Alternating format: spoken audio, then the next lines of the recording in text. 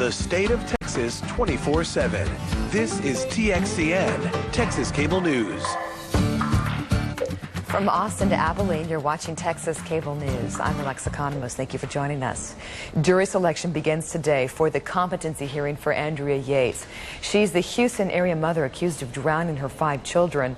Her lawyers say they will pursue an insanity plea. A hearing is scheduled tomorrow to determine if she is mentally fit to stand trial. And also near Houston, a day in court for a young mom accused of trying to sell her baby. Witnesses say Tiffany Zimmerman tried to sell her only child at a grocery store parking lot Sunday, saying that she needed money.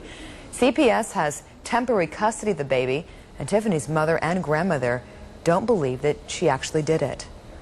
She loves that baby so much. That was the longest 9 months of her life waiting for that baby to come. But police say Tiffany even admitted to committing the crime. She's now being held at the Harris County Jail on $5,000 bond. Texas homeowners are expected to make valid claims of at least $780 million this year for water and mold damage. Now, that is up 60% from last year, so insurance companies are asking the state for help or say that they may be forced to drastically raise premiums. Consumer groups are urging insurance commissioners not to make any hasty decisions that would leave homeowners unprotected. A hearing is planned this week in Houston. And more mold problems, this time, though, an outbreak at San Antonio Public Schools. It was discovered in 3 Northeast Independent School District elementary schools during a routine inspection. The schools in question were built in 1997. Well, now school board members and construction engineers are discussing a plan of action. We're going to seal the external block, the split-face EMU, with a water repellent. Each room, if we do find mold in the walls, then we will move that class to another room while the abatement process is going to happen. Letters from principals have already been sent home to parents detailing the procedures, and meetings will be held for the next 3 days for concerned parents with questions. An underage drinking case against one of President Bush's daughters has been dropped. 19-year-old Barbara Bush was ticketed in May at an Austin Mexican restaurant with twin sister Jenna. Well, yesterday, the minor in possession charges were dismissed because Barbara completed 8 hours of community service. She attended an alcohol awareness class, paid a court fine, and stayed out of trouble for 3 months. Houston has its own version of Chicago's cow parade. You can find 325 cows scattered around town, dressed to the nines. But the works of art received more attention yesterday after one was stolen. KOTU TV's Jeremy Diesel reports on the cow caper. There's nothing unusual about seeing a couple hundred head running around Texas. Generally not right downtown or up the street, but it's not the cows about town that are the mystery. It's the one that got away. Rustled, you might say, right out of its boots. Someone came out here, like the construction cow, said they wanted it. I don't know. It's some kind of prank that's not funny. Kate Riley spent more than 100 hours building the cow called utter construction. She was screwed to a platform, staked to the ground. Not enough to keep her safe. The cow vanished around 2:15 a.m. Monday. Not without a trace. I saw 2 guys, and I'm not sure if there were any more, and they picked up the cow and put it in the back of the pickup truck. Oh my God! That's not a cow! These guys, now giving it back. A little worse for wear. Easy does it. Jared Clark and Ryan Burnett say they're no rustlers. They just stumbled across the cow, far from its grazing site. We almost ran over because it's sitting out on the road, so they took it home. And then today we hear the news and we're like, that's the cow that we have. We need to call somebody and tell them they can have their cow back. So they called the police. It could be a felony theft. But so far, no charges have been filed. Artist Kate Riley is just happy to see her hard work headed home. Be a part of the magic. Don't take away from it. You know, go and enjoy them and look at them and touch them, interact with them. They're great, but don't take them. Jeremy Diesel, Texas Cable News. More to come still here on Texas Cable News. But first, time to update your forecast with Brian Fowler over at the Texas Weather Center. Thank you, Alexa. Look at a few clouds out there this morning, but otherwise it is pretty quiet here in Texas. Let's check it out for you on the satellite. And as you'll see, most of the clouds today will be in West Texas. Now, then we are under a ridge of high pressure, and that's why the clouds in motion are moving in that clockwise fashion there. Because we are under a ridge, that's also going to keep us dry for the most part. Temperatures out there with a southeast wind across North Texas, 65 degrees. We're looking at a northeasterly breeze into the southern parts of the state, 69 in Houston, 72 right now in San Antonio. North Texas today, lots of sunshine, 87 degrees, 86 in Austin. Our overnight lows dropping in the low 60s again, 89 in Houston today, 87 San Antonio. Lows there about 65 tonight, 85 this afternoon in El Paso. Tonight we drop down to about 63 degrees. Is this cool, mild weather going to continue? We'll let you know. It's coming up in the 5-day forecast in 10 minutes. On Texas Cable News, TXCN. Today's forecast, part of Texas weather every 10 minutes on TXCN. From Plano to Denton down to Louisville too. Huffines has it. It's model year closeout time at the all-new Huffines Dodge Plano and Huffines Dodge Louisville. Pay just $18,999 on new 2001 Huffines Dodge Grand Caravan SEs, or pay just $19,995 on new 2001 Huffines Dodge Durangos at the all-new Huffines Dodge Plano at Plano Parkway in Ohio in Plano, and Huffines Dodge Louisville on I-35 in Louisville. I can't believe I waited so long to ask my doctor. It was just a couple of toenails, except they were all sick-like and yellow. I tried treating it myself from the outside. Nothing worked. So finally I just asked him. You know what he told me? It's an infection. An infection? One that lives deep inside and under the nail. He told me about Lamisil tablets. It's a prescription medicine that treats it deep in there where the infection lives, not just on the surface. Nails it from the inside out. And it's the #1 prescription for this infection. After 3 months of treatment, I saw clear nails starting to grow. I saved $5 just by calling for this free kit. Lamisil isn't for people with liver or kidney problems. Rarely, serious side effects on the liver or serious skin reactions have occurred, so your doctor may do blood tests. Other side effects, including headache, diarrhea, indigestion, and rash, were generally mild. Hey, you can't treat this yourself from the outside.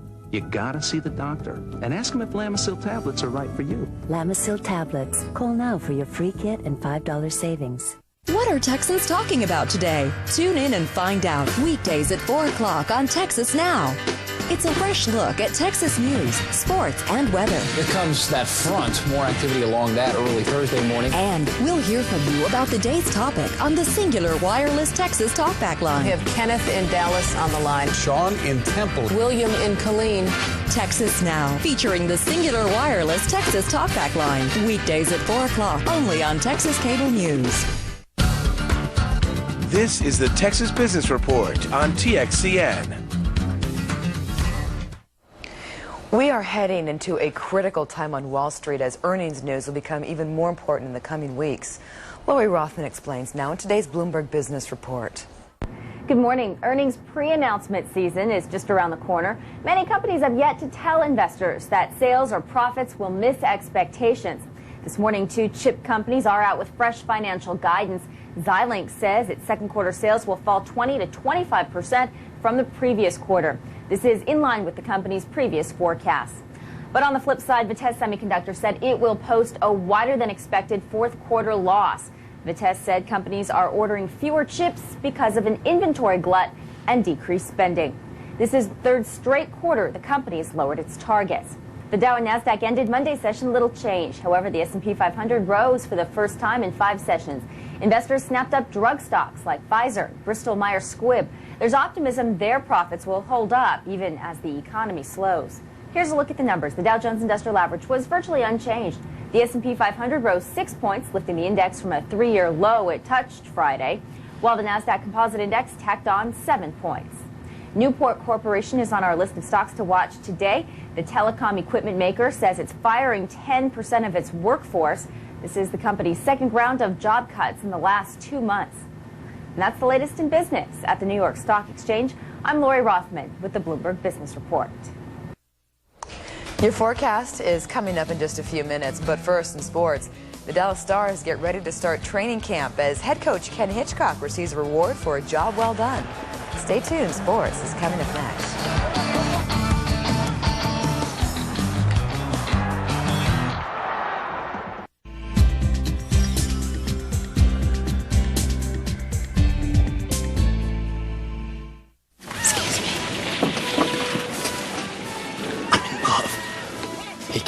My friend wants to know if that girl will go out with him. Pass it down. Hey, Grandma, ask the girl on the NFL.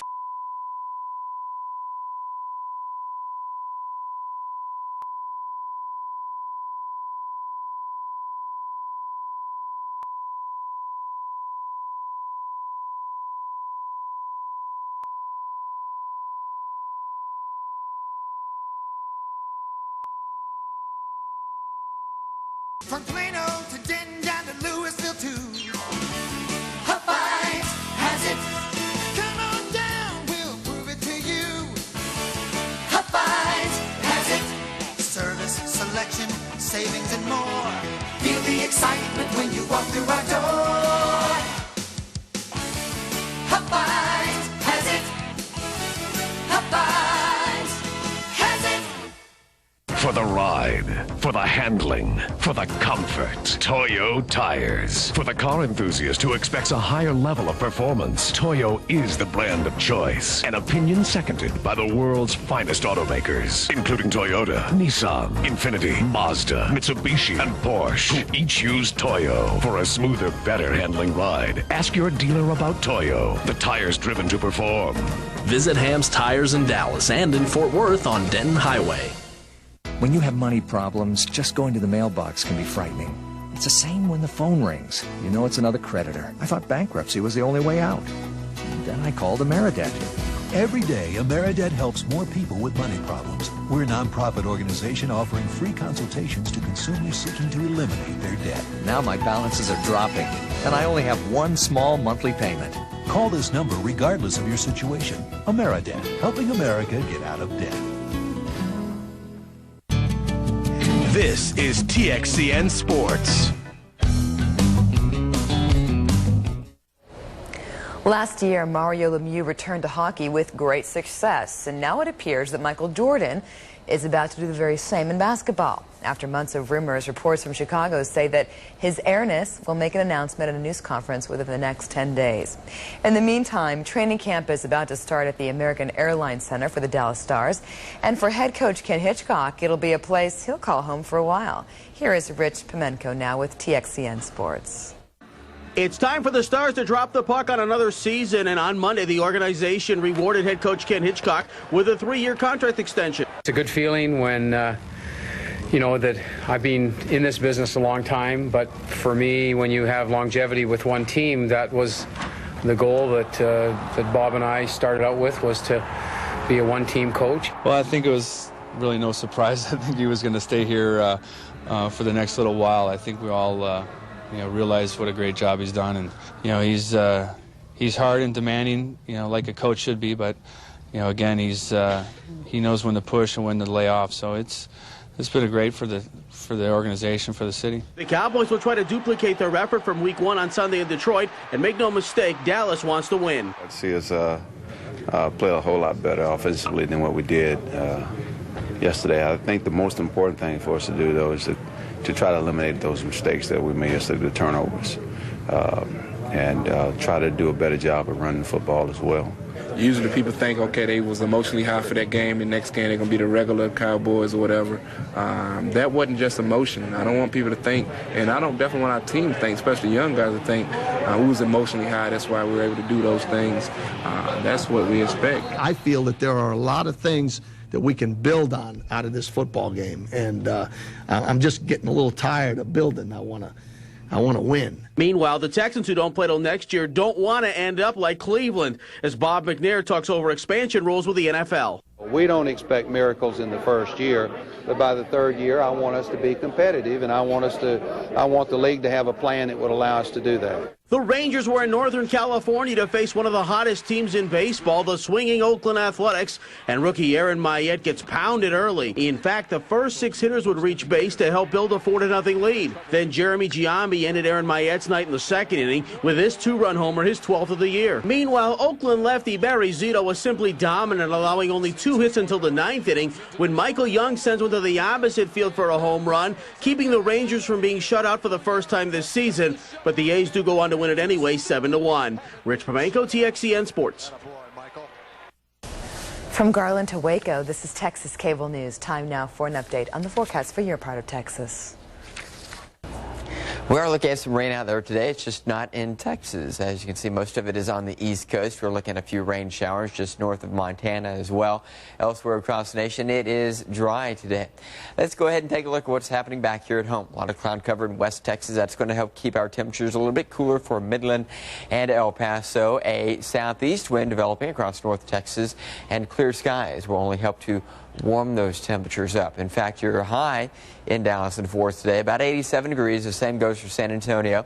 89 on the coast in Houston. Will be 85 in El Paso. This is great weather we are experiencing. Temperatures are just at or just below normal for this time of the year across most cities in the state. Will be about 89 even in Brownsville and 88 in Amarillo.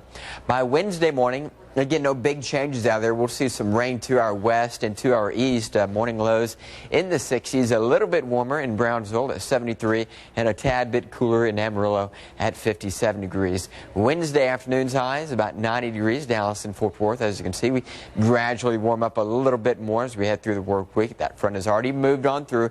Temperatures warming up behind it now, unfortunately. 89 in San Antonio, and in Houston will be 87 El Paso. Now then, on your extended forecast, you'll notice a couple of changes, but nothing drastic, not anytime soon anyway. Winds are going to be out of the east on Thursday afternoon. You'll notice a front just above the banner there across Missouri and Kansas. That's going to be heading our way very soon. No real big weather. A few rain showers across West Texas and towards Brownsville.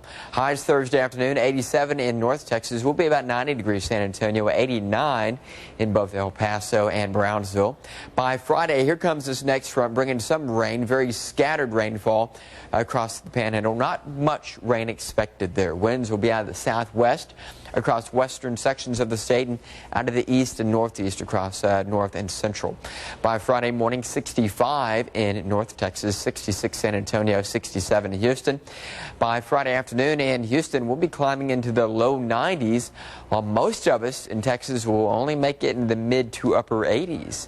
On Saturday, our next chance of rain for Amarillo and up towards Dalhart. The rest of us will be dry as this next cold front moves on through. Behind it, winds shifting due north. It will be out of the west across the rest of the state as it gradually moves on towards Dallas and San Antonio.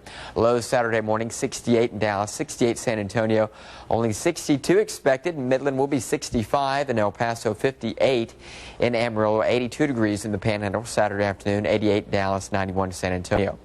And for all of your current conditions and forecasts, you can check us out on the web at TXCN.com. More weather coming your way in about 10 minutes on Texas Cable News, TXCN. You're watching Texas Cable News, covering the state of Texas 24/7. And we're back in just a moment.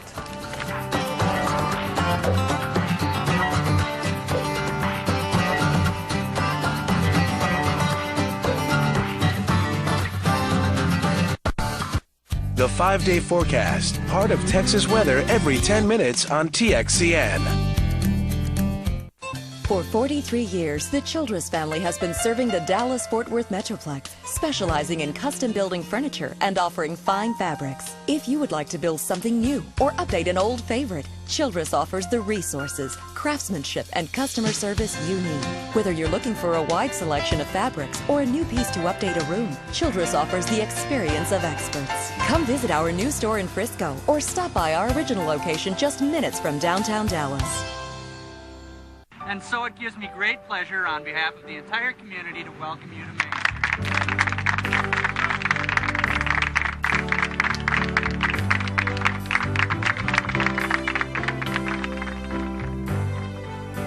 Well, hi, Deb. You finally done it.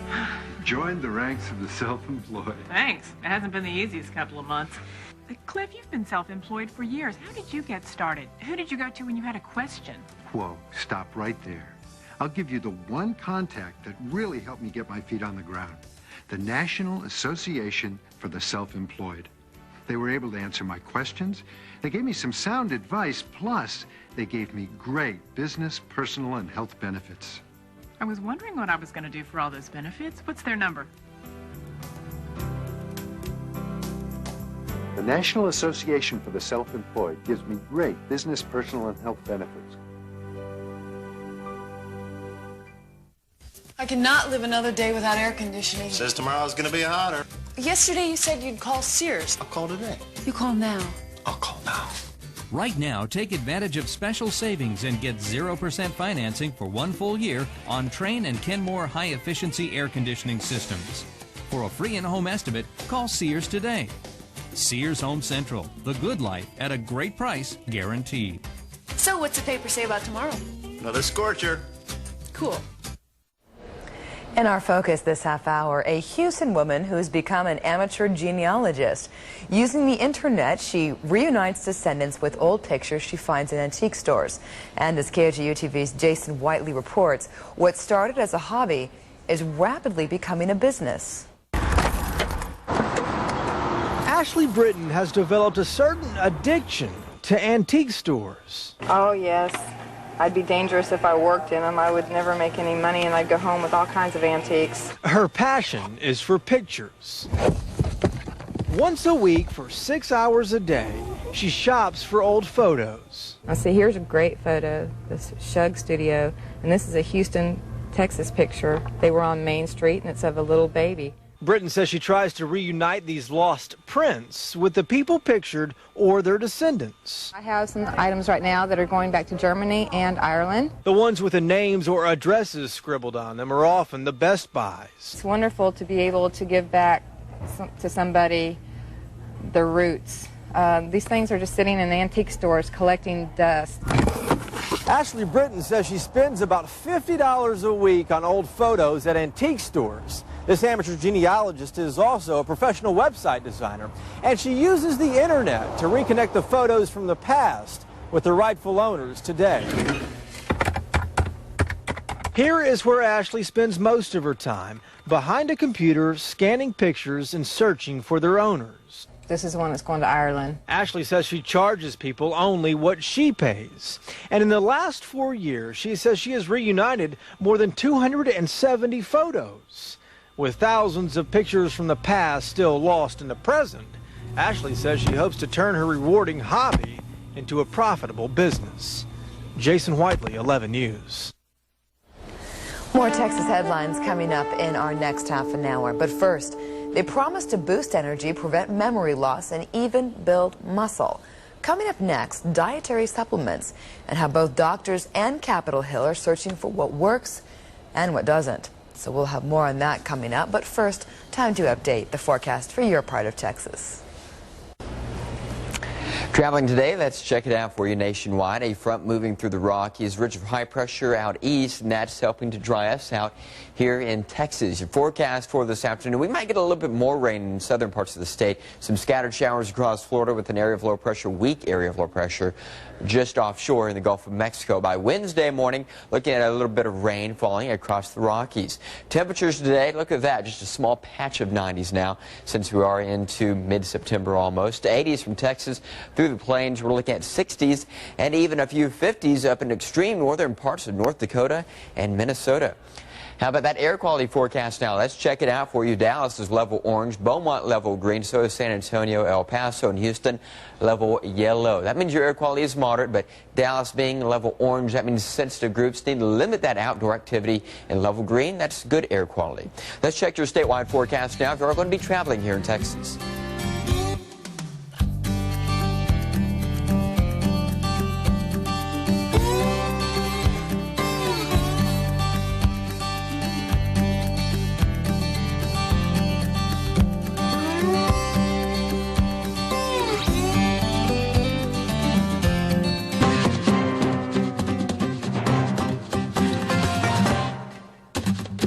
Good morning. We are interrupting our regular programming to take you live now to the World Trade Center in New York City. As you can see, smoke emanating from that building there. We have received reports that some type of a plane crashed into the World Trade Center tower there. No word on what type of a plane. Witnesses say it may have been a twin-engine plane or possibly could have been a 737 again. Details are just trickling in. We are waiting for more information. That plane, though, as we have heard, is still embedded in part of the building. As you can see, the smoking there. Ambulances have not yet responded, as this just happened a short time ago. Again, we're trying to get some details together to bring you more information on this, and we'll have the very latest for you as it becomes available to us. As you can see right there again, a live look here in New York City at the World Trade Center building. You can see the smoke coming from that tower there. If you're just joining us, we have heard reports that some type of a plane crashed right into that building. In fact, it may still be embedded in that building. No reports yet, no confirmation at least on what type of plane that was, but witnesses say that it may have been a twin-engine plane or possibly even a 737 commercial jet. Again, we are still waiting for details to come in on this. Right now, we have gotten a lot of our reports from witnesses, so again, we are still waiting for a lot of confirmation on this. Again, a live picture here at the World Trade Center in New York City. A plane apparently crashed into the tower there, and again, we're still waiting on more information. We'll bring you the very latest as it becomes available to us.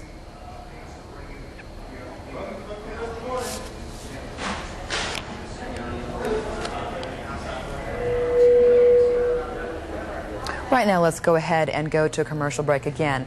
We will bring you the very latest as we learn it.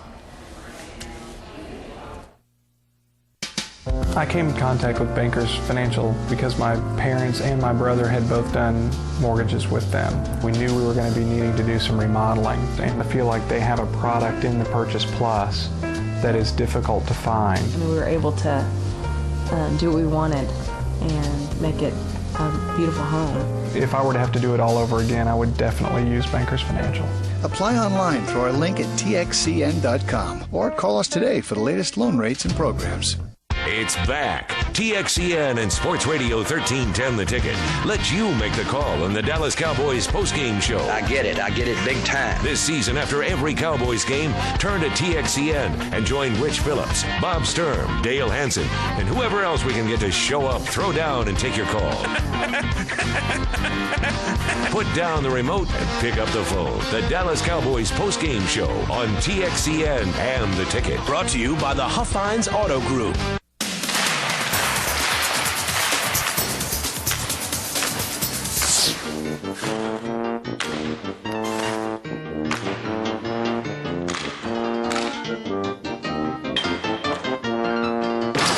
With no goalies, these shots are easy, but for a lot of kids, reaching their goal is a little tougher.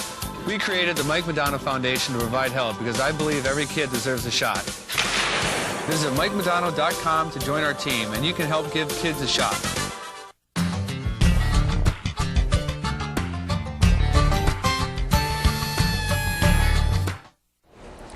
PET scan technology may help predict who will get Alzheimer's disease. Researchers say the technology helps identify new markers in the brain, and the new study is being published in the Proceedings of the National Academy of Sciences. A hearing on Capitol Hill recently focused on supplements sold as anti-aging products. Testimony also centered on an advertising magazine through which many of the supplements are marketed, the Journal of Longevity. A Louisiana senator said just about everything advertised in the magazine appeared to be too good to be true. The American Cancer Society is hopping onto the saddle to launch its Cancer Crusade. Organizers hope that within 1 year, thousands of rodeos and livestock will be part of the Cowboy Cancer Crusade. Now, the effort will focus on skin and tobacco-related cancers, which are the most preventable and most prevalent within cowboy-related groups. It's not just anti-aging products that are becoming more popular now. Some American doctors are taking their cure from Eastern practitioners. And now researchers are looking into herbal medicines to ease the side effects of chemotherapy. WFAA TV's Janet St. James has more. Chinese herbs. Some swear by them, others scoff. Now some doctors in San Francisco are trying to find out once and for all if they really work. All our patients ask us about this, and we really don't have good information that we can give them. Dr. Dabu Tripathi is studying 60 women with early-stage breast cancer to see if herbal therapy can reduce the unpleasant side effects of chemotherapy. We have a lot of effective drugs for things like nausea and fatigue, but they don't work for everybody. And most patients that go through chemotherapy do at some point experience side effects that are not controlled by standard medications. Half the patients get a mixture of 21 Chinese herbs. The other half gets a placebo. Hi, how are you? I hope I'm doing real good. When breast cancer patient Terry Markovitz learned she'd been given the herbs and not the placebo, she wasn't surprised. There was a woman who had chemotherapy at the same time I did, who was not on the study. And by the time we got to our cars together afterwards, she was vomiting, and I went shopping. Doctors warn they won't be sure herb therapy works until the study is finished, but Terry Markovitz can be counted among the believers. Janet St. James, Channel 8 News. You're watching Texas Cable News, covering the state of Texas 24/7, and we're back in just a moment.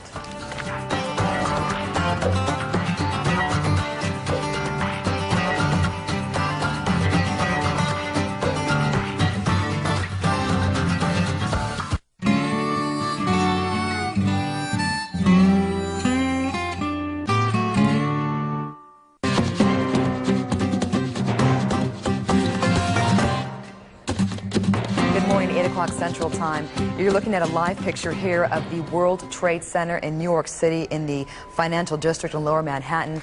We have received reports that some type of a plane crashed into that building. No word yet on what type of a plane. We've been hearing from witnesses that it might have been a twin-engine plane or even possibly a 737 commercial jet.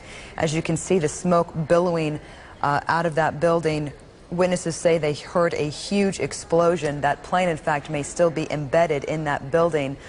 Still no word on whether people are inside that building. It, of course, is 9 o'clock in New York right now, so we're still waiting to hear if people are trapped inside. We're also waiting to hear from the FAA about records of planes in the area or some type of possible flight plan. As the details are still trickling in, we still don't know all the details, of course, but again, a live picture here of the World Trade Center in New York City in the financial district in Lower Manhattan. We're going to go ahead and listen in now to ABC. Take a listen. 20 minutes or 8:45. This is a time when literally tens of thousands of people are coming to work at the World Trade Center. Looking at the top of the building, you mentioned there's an observation center, and I don't know what time it opens, but I think it opens fairly early, and people are up there at all hours of the day.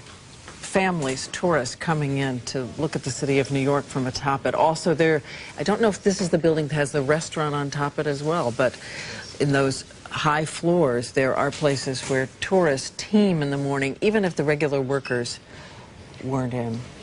And we remind you again that there was a terrorist bomb that did go off at the World Trade Center years ago. It was down in the garage level, but we have obviously no indication that this could have been related to that.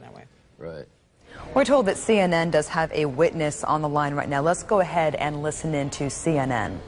It inverted. With the impact, everything went inside the building. Inside. The only thing that came out was a little bit of the outside awning. But I'd say the hole is, let me just get a better look right now. Okay, go ahead. I'd say the hole takes about, looks like 6, 7 floors were taken out. And there's more explosions right now. Hold on, people are running. Hold on just a moment. We've got an explosion inside. The building's exploding right now. You got people running up the street. Okay. Hold on, I'll tell you what's going on. Okay, just put Winston on pause there for just a moment. Okay, the whole building just exploded some more. The whole top part. Okay. The building's still intact. People are running up the streets. Am I still connected? Winston, this would support probably what Libby and you both said, that perhaps the fuselage was in the building that would cause a second explosion such as that. Well, that's what just happened then. That certainly. Yeah, people are running up.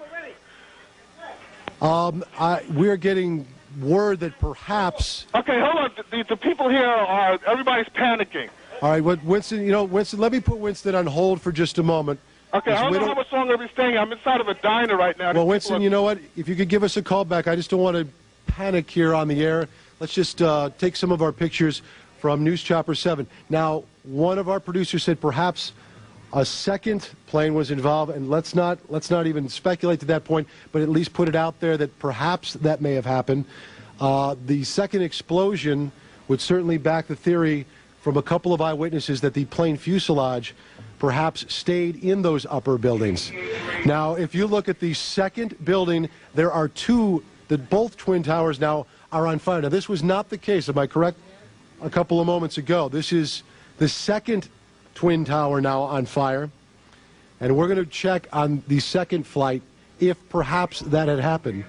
This all began at about 8:48 this morning. Again, what we know, in case you're just joining us, a small plane, not a Cessna type or 5 or 6 seater, but instead perhaps a passenger flight, ran into the north side of the World Trade Center.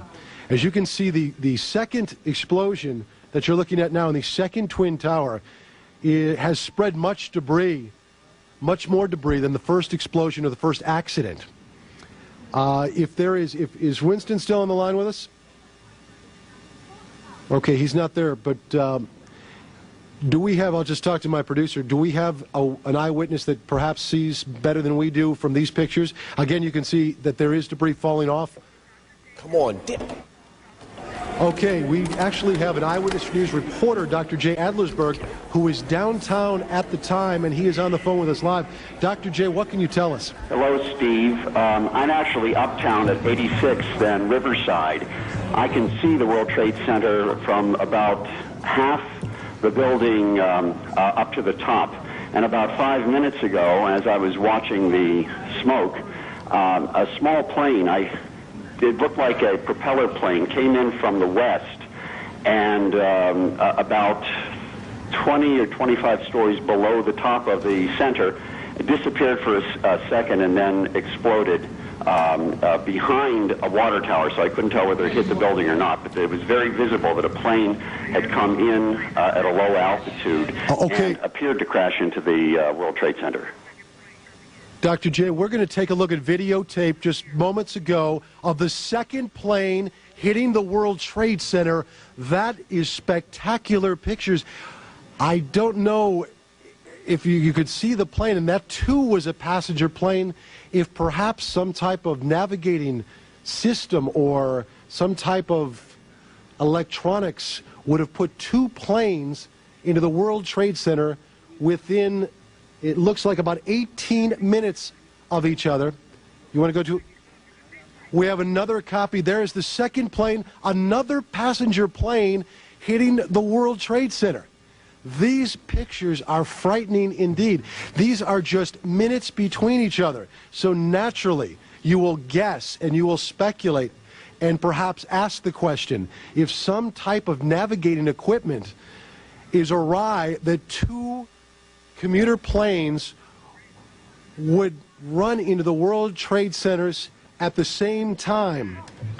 Our director, you're speaking in my ear at this point. You are looking at live pictures right now of the World Trade Centers. Again, we now have two passenger planes within 18 minutes of each other smashing into the World Trade Centers. Dr. J, are you still with us on the phone? I'm still with you, Steve. Dr. J, this is just frightening pictures indeed, and I would assume, or you would naturally think, that when you've been listening to some of the coverage provided for us by our affiliate WABC out of New York City. Let's go now and check our other affiliate WNBC to get the latest. I'm sorry, WNYW here, live coverage here of this amazing picture we're getting from Lower Manhattan. Two planes, one hitting each of the Twin Towers at the World Trade Center. They come by and they say, what happened, what happened? And you just got to say something hit the building and then something hit both buildings. Well, we saw clearly, we didn't see the first one, but we saw clearly that a plane deliberately crashed into one of the upper floors of the World Trade Center. That was the second plane. So two planes crashed into the upper floors of each of the World Trade Center towers. And I understand now that Port Authority headquarters are in one of those buildings somewhere near that location. Jim, I don't know whether we've confirmed that this was an aircraft, or to be more specific, some people said they thought they saw a missile. Well, I don't know how people could differentiate, but we might keep open the possibility that this was a missile attack on these buildings. Ali, I must say that we have an eyewitness who said it was a large plane that crashed first. And then as we were watching the live picture here in the studio, we saw a plane crash into the other tower of the World Trade Center. And again, let's just to be sure, there it is. There it is. The plane went right through the other tower of the World Trade Center. That is a very hard thing to watch. And clearly, these are incredible pictures that we're watching this morning. These, thanks to our affiliate WNYW in New York. You are looking at this picture. It is the Twin Towers of the World Trade Center, both of them being damaged by impacts from planes. We saw one happen at about maybe 9 minutes before the top of the hour, and just moments ago, so maybe 18 minutes after the first impact, the second tower was impacted by another, what appeared to be another passenger plane. In fact, we've got some tape replay of that. Do we have the tape available right now? Here's the plate. Here is the tape. You see the plane coming in from what looks like the east side, and it blows into the building with the flames and the smoke billowing out the other side of the tower. It's hard for me to tell exactly which is the north side and which is the south side, but it appears it's coming out of the north side there. Incredible pictures. These happened just moments ago. And I believe we have someone with us on the line. Ira Firmer. We have Ira Firmer, the former NTSB spokesman, and you're watching these pictures as well with us, are you not? Yeah, I'm with you on CNN.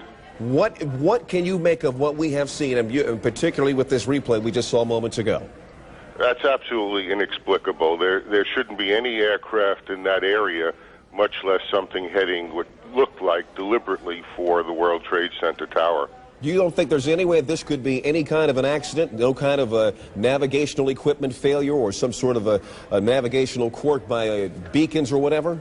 No, you've got incredibly good visibility at this point, and no pilot is going to be relying on navigational equipment in such a circumstance that would cause them to crash into the World Trade Center. How far out of the way from an approach to either LaGuardia or Kennedy would a plane have to be to hit the World Trade Center? There are approaches that come up along the Hudson River, which is to the west of the World Trade Center, and those aircraft usually wind up going into LaGuardia.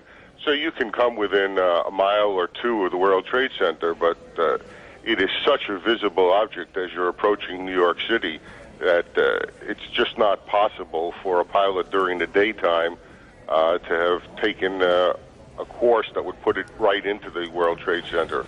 A second occurrence within a few minutes is beyond belief.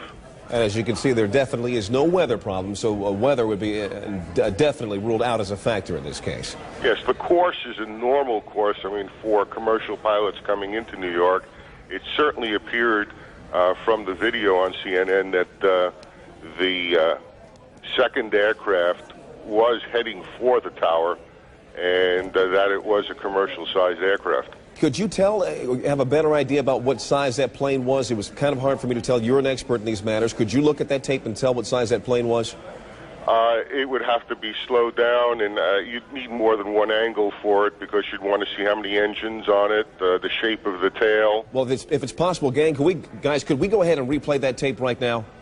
Do we have the tape ready of the second plane impacting? We're going to put that tape on in just a second. Here, we're about to roll it now.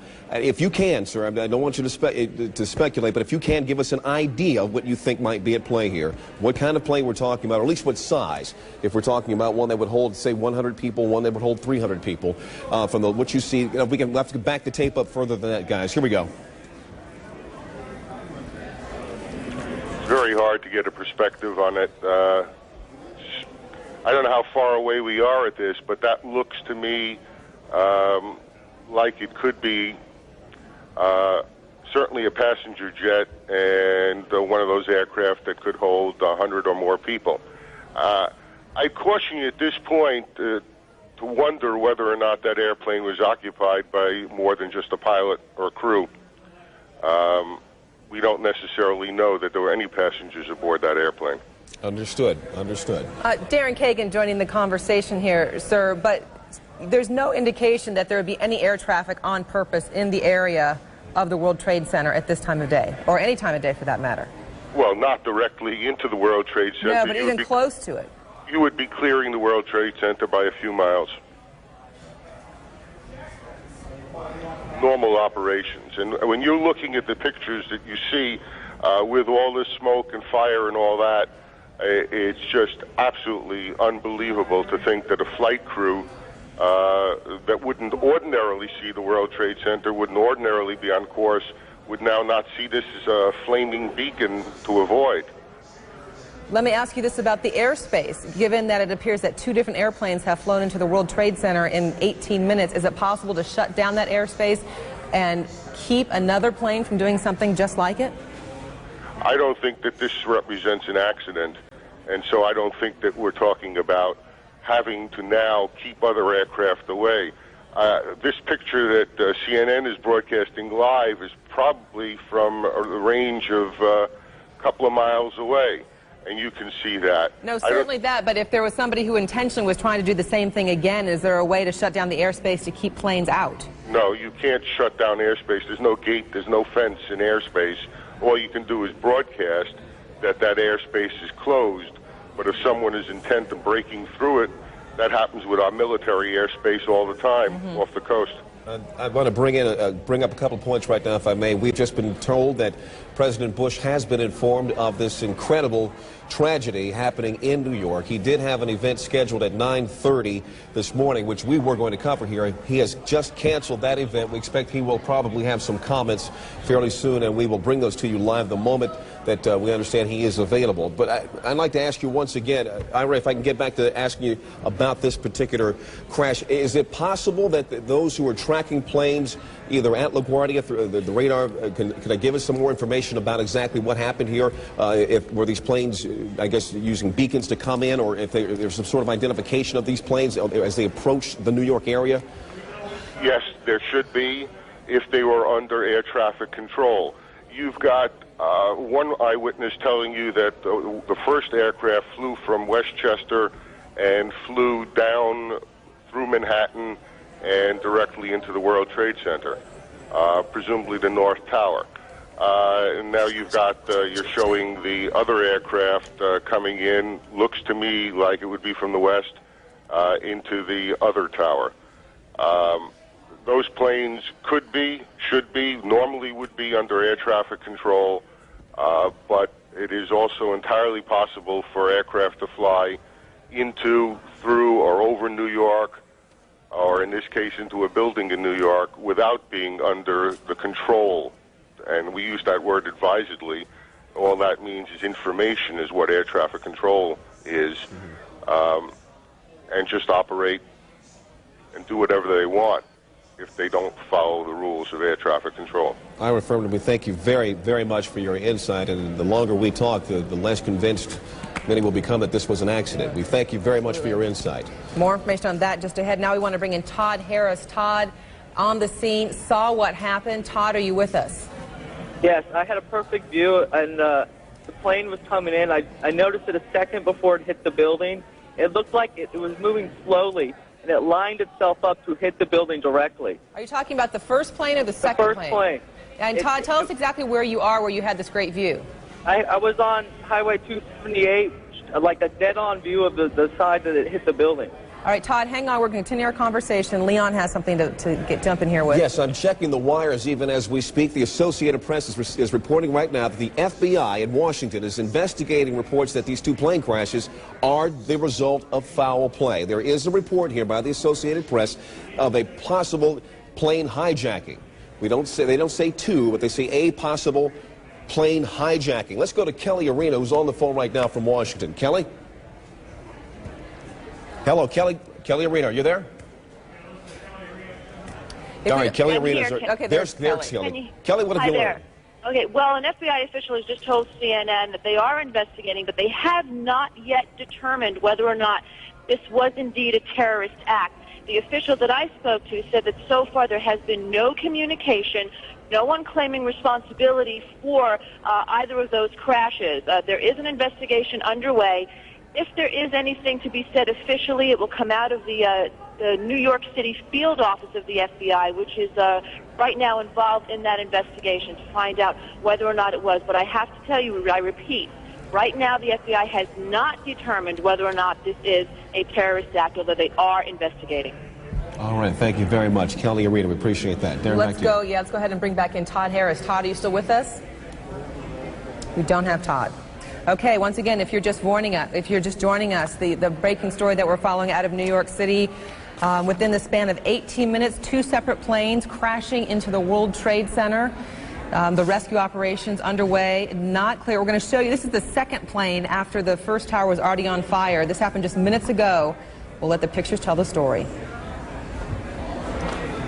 You saw it live here on CNN as it happened. The plane crashed right into the side of the World Trade Center, causing a huge explosion. Now, as we speak, and we're showing you live pictures now, smoke and fire taking place in both towers of the World Trade Center. And it appeared that second plane that we actually did have on videotape on its approach toward that tower actually turned. And I have to think, I'm not an expert in these things, so I don't know, but it would seem as though that move actually may have caused much more damage. These are incredible pictures, as you can see here. Let's keep the pictures up as we go ahead and talk to more eyewitnesses. Joe Trachtenberg joining us on the phone. Joe, are you with us? Yes, I am. Can you tell us what your vantage point is and what you've seen so far? Well, we got. I heard on the radio that one of the towers was on fire, and we went to a high point in our building, which is on the 25th floor, and you had a clear view of the both World Trade Centers, and the one tower was smoking hard. And there was another plane that was flying low, and we just looked at it, and before you know it, just kamikaze, boom, right into the other tower, and mass explosion, windows flying. It was horrible. I'm still distraught looking at it. Were you close enough to see or get a general idea of what kind of plane that was that flew in the second time? Well, I'm not an expert on planes, but it wasn't didn't seem like a big passenger jet. It was a smaller type plane because it made some pretty radical turn, and you know, they were flying low, and you're not used to see big planes flying over Manhattan because I don't think you're allowed to, but it was pretty tough. And explain to me again what your vantage point is, where you are in the city looking at this. We're in Chelsea. It's like 25th Street and 7th Avenue, and it's clear looking all the way downtown, and you could see the buildings, you know, the whole downtown, because it's a clear day, and it's a disaster. And once again, describe for us what you saw as that plane went to the second building. That plane just flew straight into the second building on the downtown side, it appeared. It was just a huge explosion, and smoke just immediately, and fire started immediately coming from the second tower as it hit, and there was glass flying everywhere. All right, looks like we have a little bit of audio problem with that, so I'm going to say thanks to Joe Trachtenberg for talking to us and telling us what he saw. We were watching it right here, live on CNN, as that plane went in. He had a closer vantage point and could see, as you heard Leon, he was saying he doesn't think it was a big jet, but a smaller plane, closer up from where he could see it. Well, we do have a tape of a recounting by another witness, another eyewitness. We're going to go to some tape that we're getting for our affiliate WABC in New York, where they interviewed an eyewitness who saw the second crash as it happened. I'd say the whole takes about, looks like 6, 7 floors were taken out. And there's more explosions right now. Hold on, people are running. Hold on just a moment. We've got an explosion inside. The building's exploding right now. You got people running up the street. Okay. Hold on, I'll tell you what's going on. Okay, just put Winston on pause there for just a moment. Okay, the whole building just exploded some more. The whole top part. Okay. The building's still intact. People are running up the streets. Am I still connected?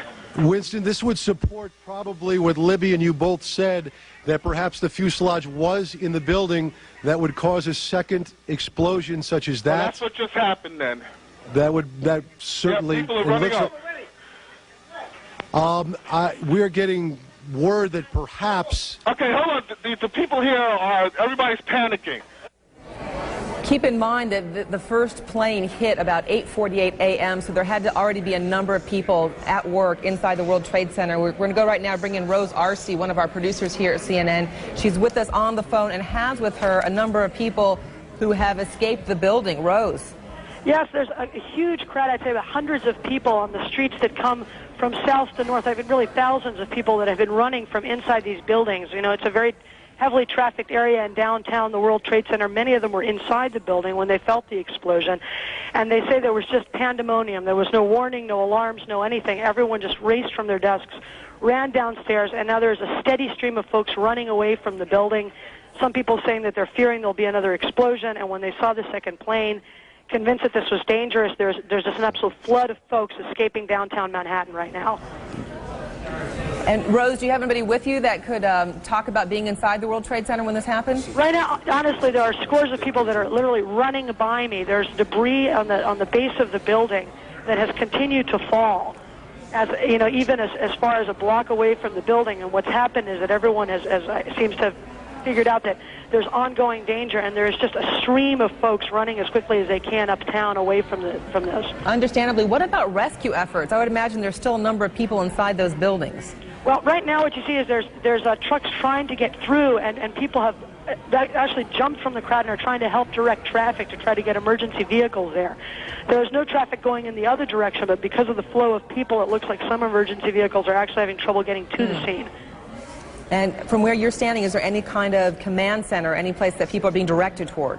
Right now, what there is there's a crush of emergency vehicles and rescue vehicles, but they don't seem to be quite organized in any direction. There's fire department vehicles on the one side where you see the smoke coming out of the building. On the other hand, you see groups of police officers trying to organize the crowd in a more orderly fashion. I think there seems to be some fear on their part that such a huge crowd of people might injure each other on the way out. All right, Rose Arce on the ground there near the World Trade Center. We continue our coverage live with the live pictures as we go. And we're just now getting word again from the Associated Press now saying that the crash of these two aircraft into the towers of the World Trade Center in New York appear to be an act of terrorism. This, they are quoting a U.S. official. They did not say which department of this U.S. official was speaking from, or the authority this official was actually carrying at this particular point, but they're saying that a U.S. official is now saying to the Associated Press, it is official, well, he is saying at least, that these two aircraft crashes we've seen into each of the towers of the World Trade Center are the act of terrorism. We're just getting word now that President Bush is going to be coming out, and he's going to have comments momentarily. We understand, we're keeping an eye on the picture from Sarasota. He's going to be returning to Washington almost immediately, we understand. Darren? And in fact, as you mentioned, President Bush is in Florida today. We're supposed to have an education event just minutes from now. That has been canceled. Our Major Garrett is traveling with the president. Major, maybe you can tell us a little bit more on the president's immediate plans. Good morning, Darren. President Bush, as you said, will make a statement here at Emma E. Booker Elementary School in Sarasota on the catastrophe at the Twin Towers in New York. Following that statement, the president will board Air Force One and return immediately to Washington. We are told by White House officials traveling with the president in Sarasota that he was notified either shortly before 9 a.m. or just shortly after. We don't have an exact moment of the notification of the president. We believe his chief of staff, Andrew Card, told him of the events in New York City. The president has been monitoring them as best as he can. He was, at one moment this morning, sitting reading a book to some of the elementary school children here as scheduled. Reporters asked him if he was aware of the situation in New York. He nodded a bit gravely and said he would have something to say about that shortly. We are expecting that statement any moment now.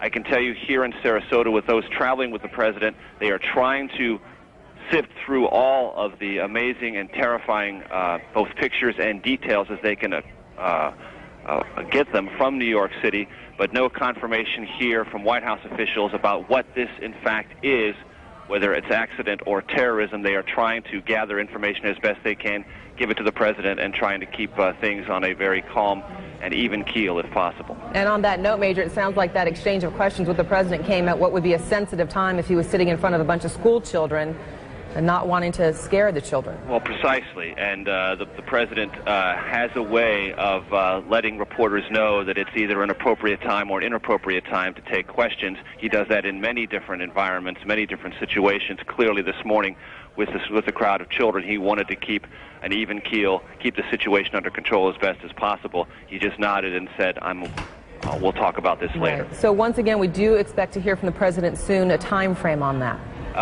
Within the next 10 minutes or so. Again, things are very much in flux. Things are a bit confused.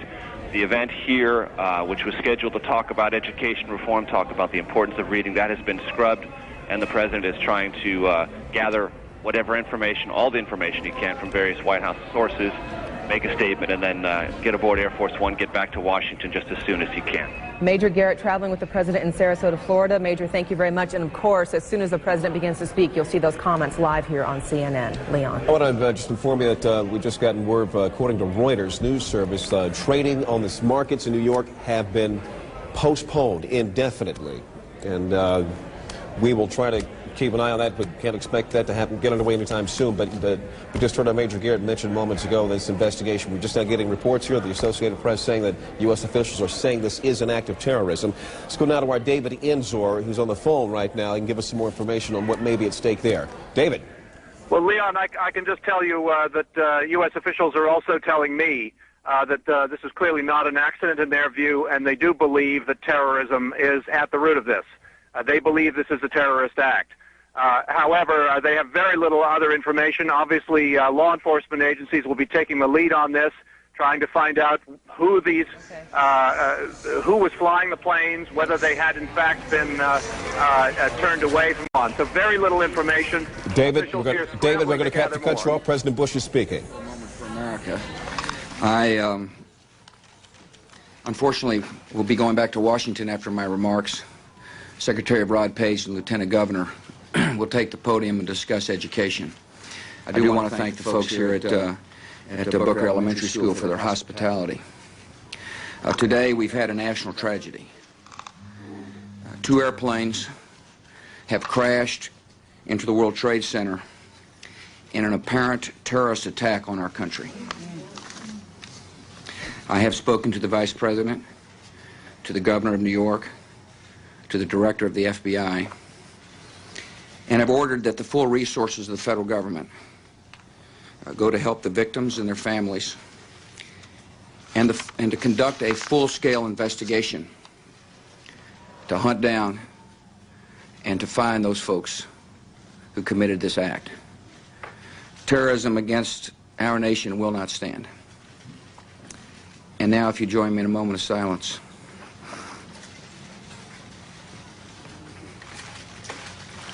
May God bless the victims, their families, and America. Thank you very much.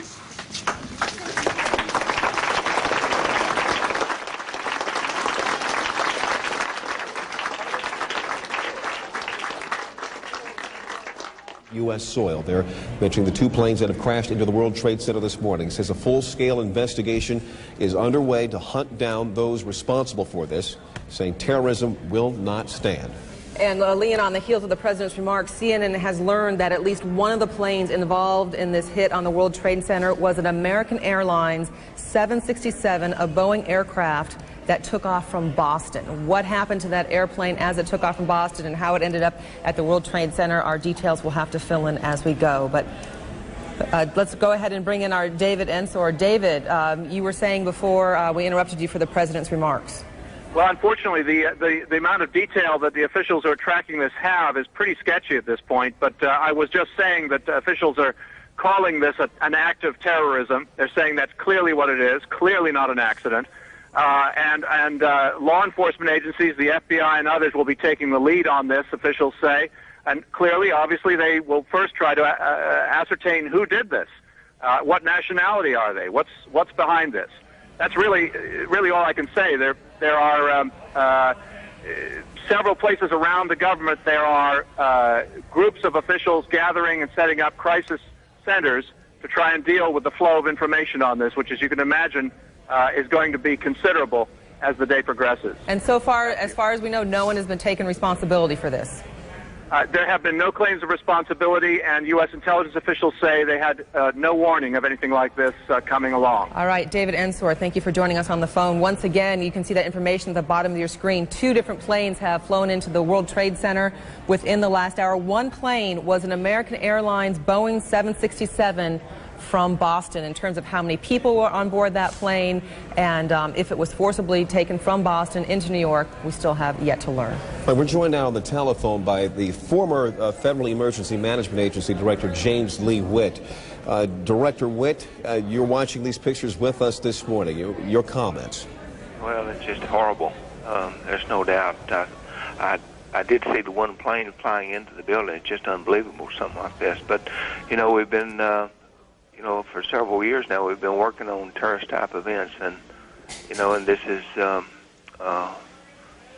apparently one of those events. Do not know yet, but apparently it could be. And right now, I know I really feel for those families, but Richie and the New York Emergency Management, the state of New York, and I know they're very busy right now in the FBI and law enforcement. But this is one of those crisis management, as well as a consequence management situation that they're going to have to be dealing with. You know, the first thing that calls to mind to many of us who have been here to cover these events was the World Trade Center bombing back in was it '96 when that bombing occurred? Yes. And you were director of FEMA at that particular time. Since then, has there been a plan put in place for something like this, to recover from this, or to actually to go through the exercises necessary to get people out and to recover from it? Well, they have a very good plan in place, and for even events, not as this. I don't think I don't know if they put a plan in place for airline crashing into it, but I know they take every scenario they could think of and try to deal with a plan that will help them respond in the most effective way. And we even practice airplanes flying into igloos, and at some of the arsenals around the United States. So you try to practice for everything you can think of and hope for the best, and that you can be able to respond and hope none of this happens. But well, on that note, then, did you run any kinds of tests at all, or any kinds of, I don't know, theoretical tests or computer tests or anything on something like this? We didn't. I'm not sure if New York City did. I'm sure they did. But you can't. How can you stop something like this without having an anti-aircraft gun sitting on top of buildings? Yeah. You just can't. You can prepare the best you can be, and that's all you can do. But I'm sure that they've got everything in place and doing. They always do an excellent job up there in New York. Director James Lee Witt, former director of FEMA, we thank you very much for your time this morning. We'll be talking with you later on. As we continue our coverage, our Aaron Brown in New York City joining us now. Aaron, we can see over your left shoulder there the building still smoldering of the World Trade Center. Well, it is a grotesque sight to look at from about 30 blocks away from where we are.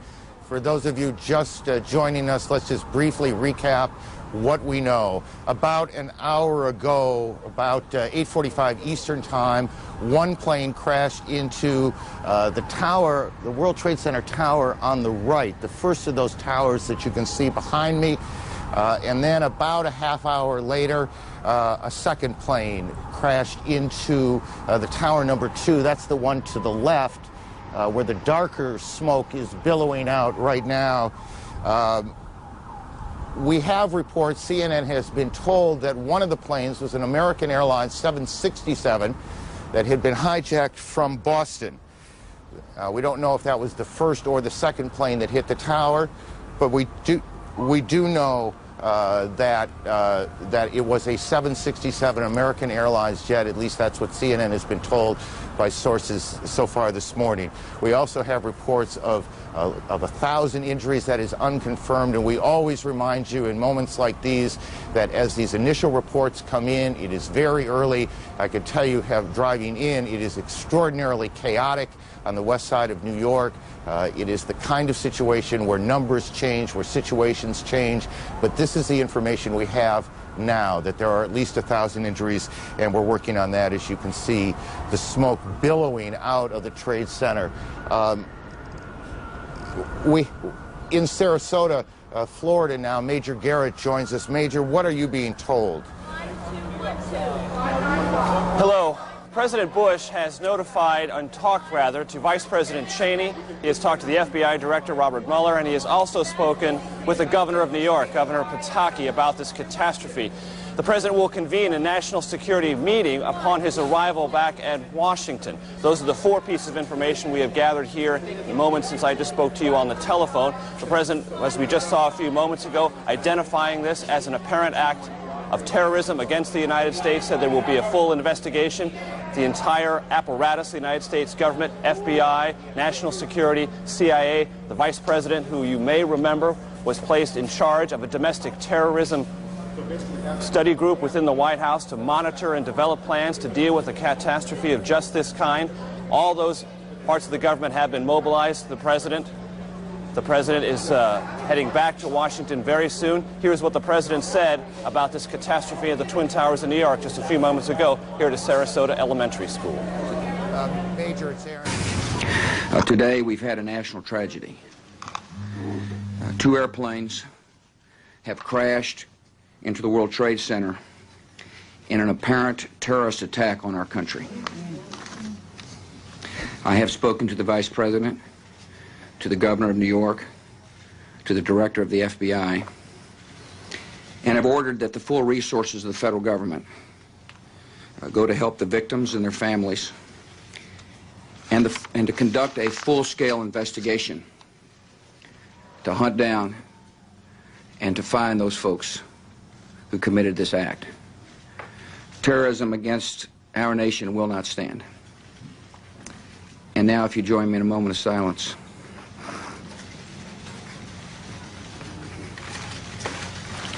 May God bless the victims, their families, and America. Thank you very much. The president was first. Again, 2 planes have crashed into the World Trade Center towers, 110 stories tall, each in New York City. The FBI says that this is certainly no accident. They believe that this is indeed a terrorist act. So far, no one has claimed responsibility, and there was absolutely no warning of this, the FBI says. Here is what we know at this time as details continue to trickle in on this Tuesday morning.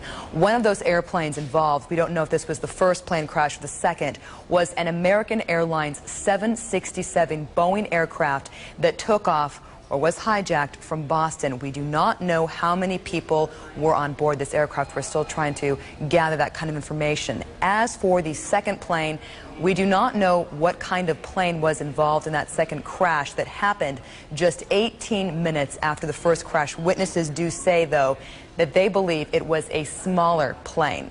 We are still awaiting word on victims and casualties and rescue efforts. CNN does report that at least 1,000 injuries have been reported. Again, this is very new information still trickling in, but the FBI does believe that this is most certainly an act of terrorism. Now, some background here on the World Trade Center in New York. The towers were struck by Muslim bombers in 1993. This did kill 6 people. Again, as for casualties and injuries in this incident, in these incidents, we always like to remind you that we are just getting this information in. Exact numbers have not come in just yet. Let's go ahead and listen in. We underline the point that it is postponed. We are not going to see the business of America deferred because of terrorism, whether it's in education or in other area of public policy.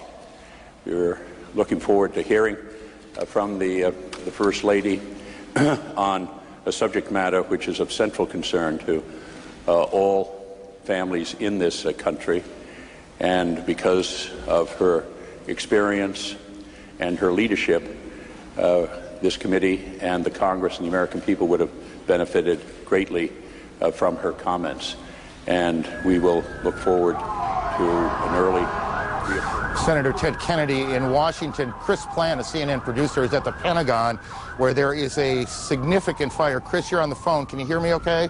Yes, I can hear you just fine. Tell me what you know. Well, arriving at the Pentagon a short time ago, there was a huge plume of smoke which continues to rise from the west side of the Pentagon over in the area where there is a helicopter landing zone. It's along Route 27 if you're looking at maps of the area. The building is currently being evacuated, and police and emergency units are, of course, responding from all around the building and from the local Arlington County Fire Department. The plume of smoke is enormous. It's a couple of hundred yards across. At its base, it is billowing into the sky, hundreds of yards. It's impossible for me to say from this side of the building whether the building itself is on fire or up in flames, or exactly what caused this. I did not hear an explosion, but there is certainly a very, very significant fire in this enormous office building on the west front. The building is being evacuated.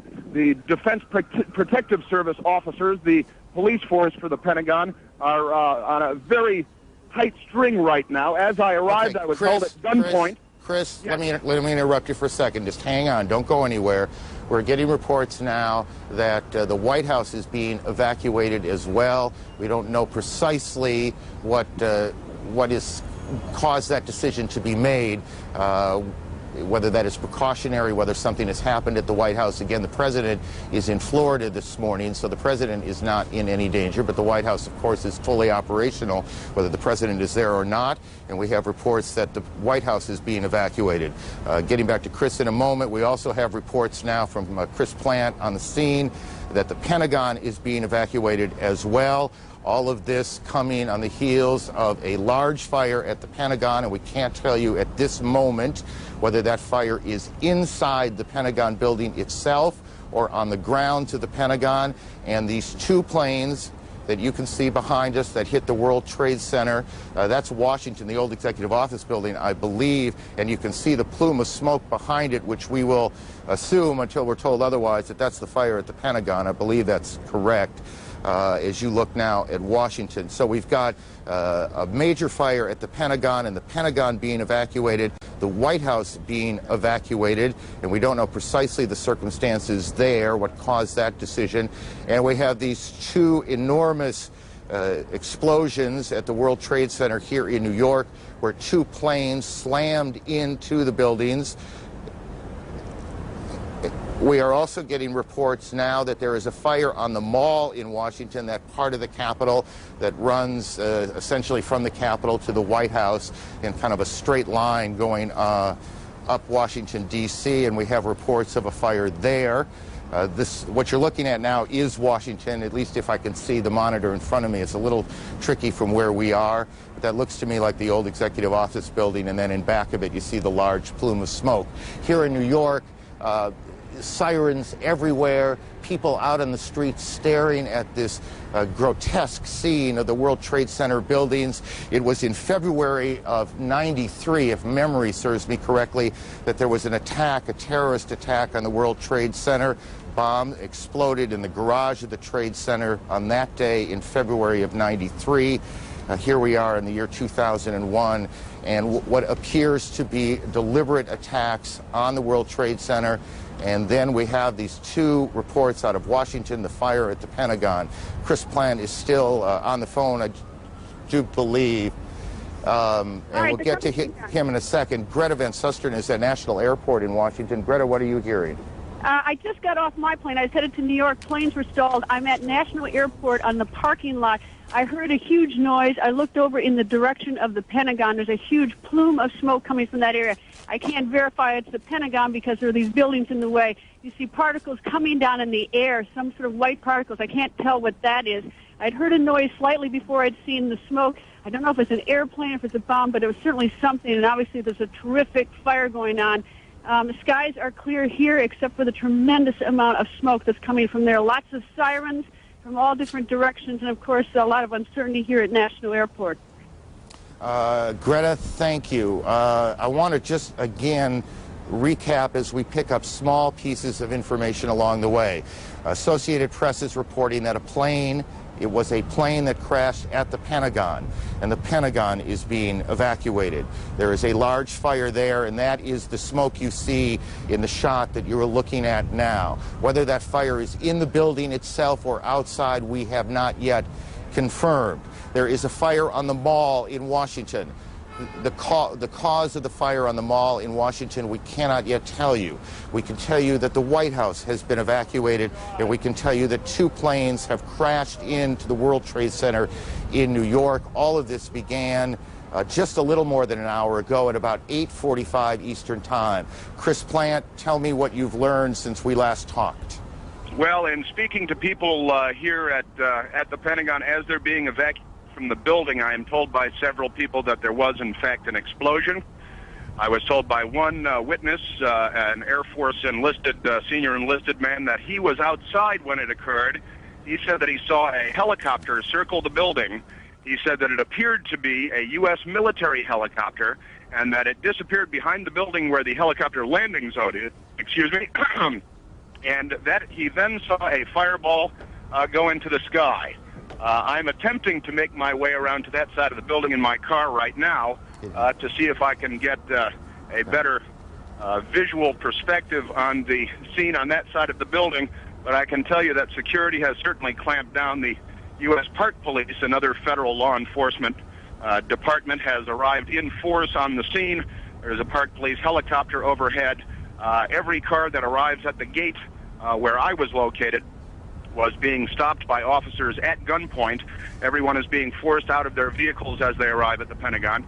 It's a very tense situation, obviously, but initial reports from witnesses indicate that there was, in fact, a helicopter circling the building, contrary to what the AP reported, according to the witnesses I've spoken to anyway, and that this helicopter disappeared behind the building and that there was then an explosion. That's about all I have from here. Okay, let's do this, Chris. Why don't you continue reporting, and we'll pass along a couple of other things that we're picking up along the way.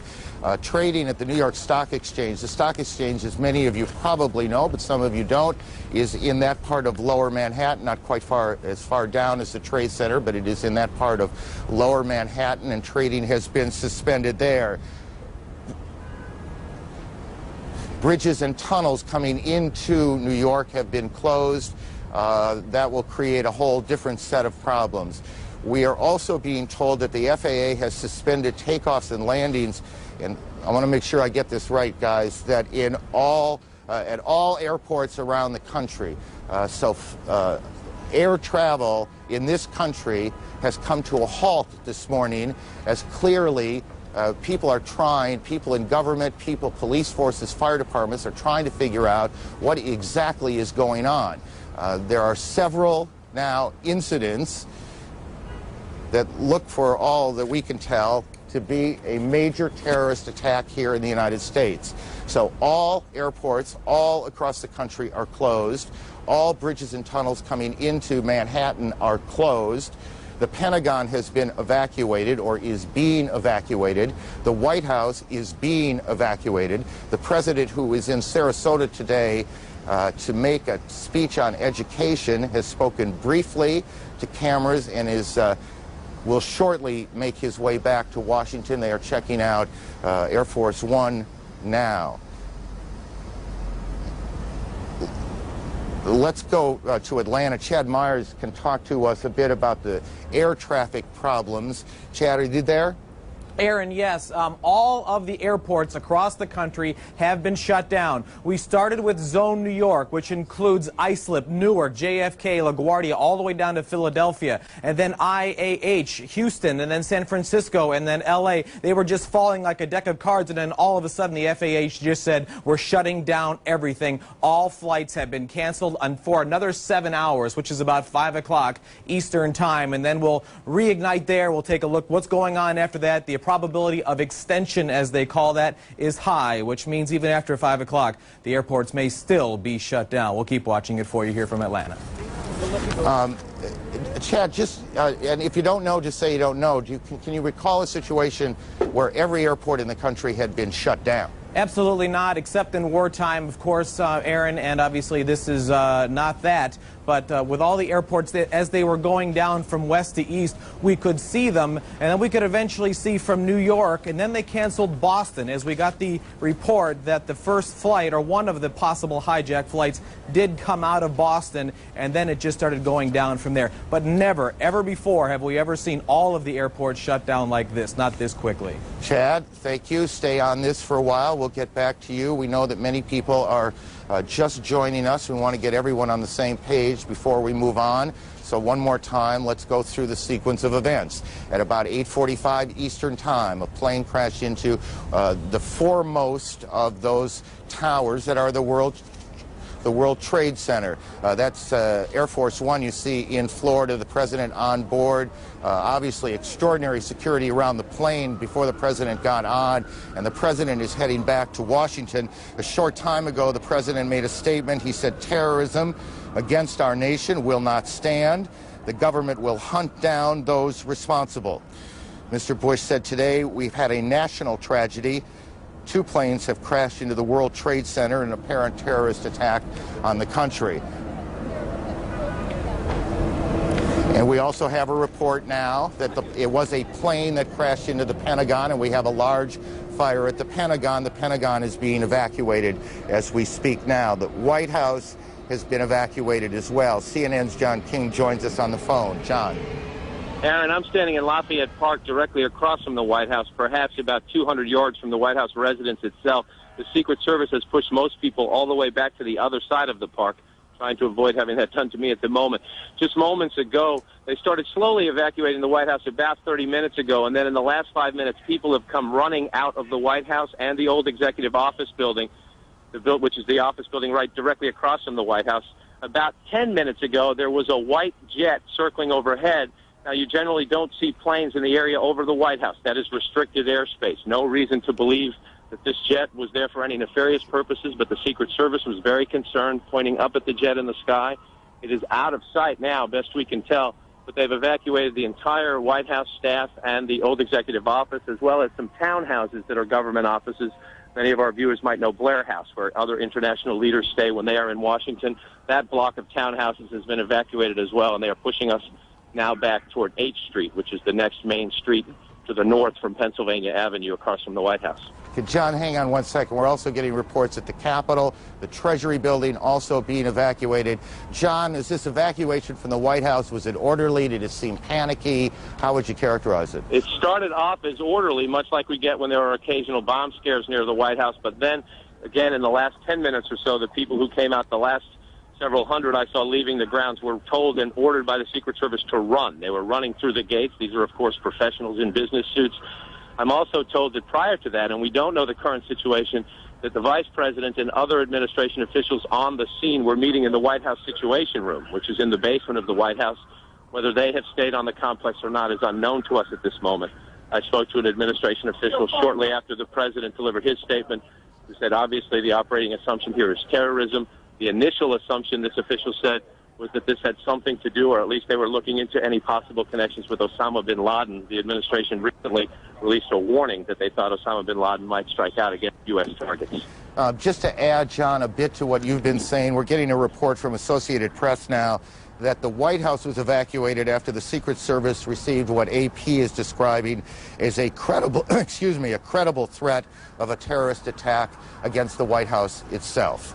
And I expect you'll be checking that out. We'll try and confirm that, but that's what AP is reporting right now. Again, this all began about an hour and 15 minutes ago here in Lower Manhattan when the first of two planes crashed in to the first of the two towers behind me at the World Trade Center, and you can see the smoke billowing out of the front tower now. And then about a half an hour later, just as emergency crews were converging on the scene, as eyewitnesses were gathering on the street corners, a second plane drove in too, and you can see that plane coming around the building right now in this tape, and there you can see the hit as it comes through what looked to me, at least, and this is the first time I've seen that tape, come through the back side of the tower. I guess that would be the south side of the tower, and then the smoke and flame coming out the front side.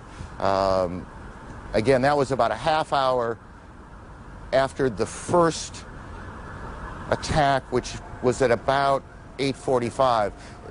Look, you want to be careful here. We don't want to get too far ahead of this, but obviously this has all the appearances of an extraordinarily well-coordinated and devastating terrorist attack here in the United States. Certainly nothing like it since Oklahoma City, and nothing like it here in New York since the terrorist attack on the same World Trade Center buildings in February of 1993. At the Pentagon, a plane or a helicopter has crashed, apparently as part of whatever this operation has been, and Jamie McIntyre is there. Jamie, what are you hearing?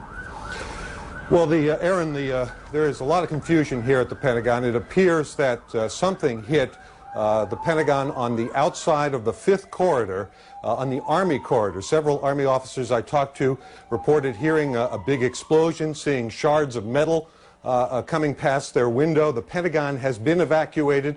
Emergency services personnel were rushing to reports of several people trapped in the building. Most of the building's 24,000 people are outside of the building or in the center courtyard as emergency teams try to sort out what has happened here. There is, of course, thick black smoke billowing from the scene.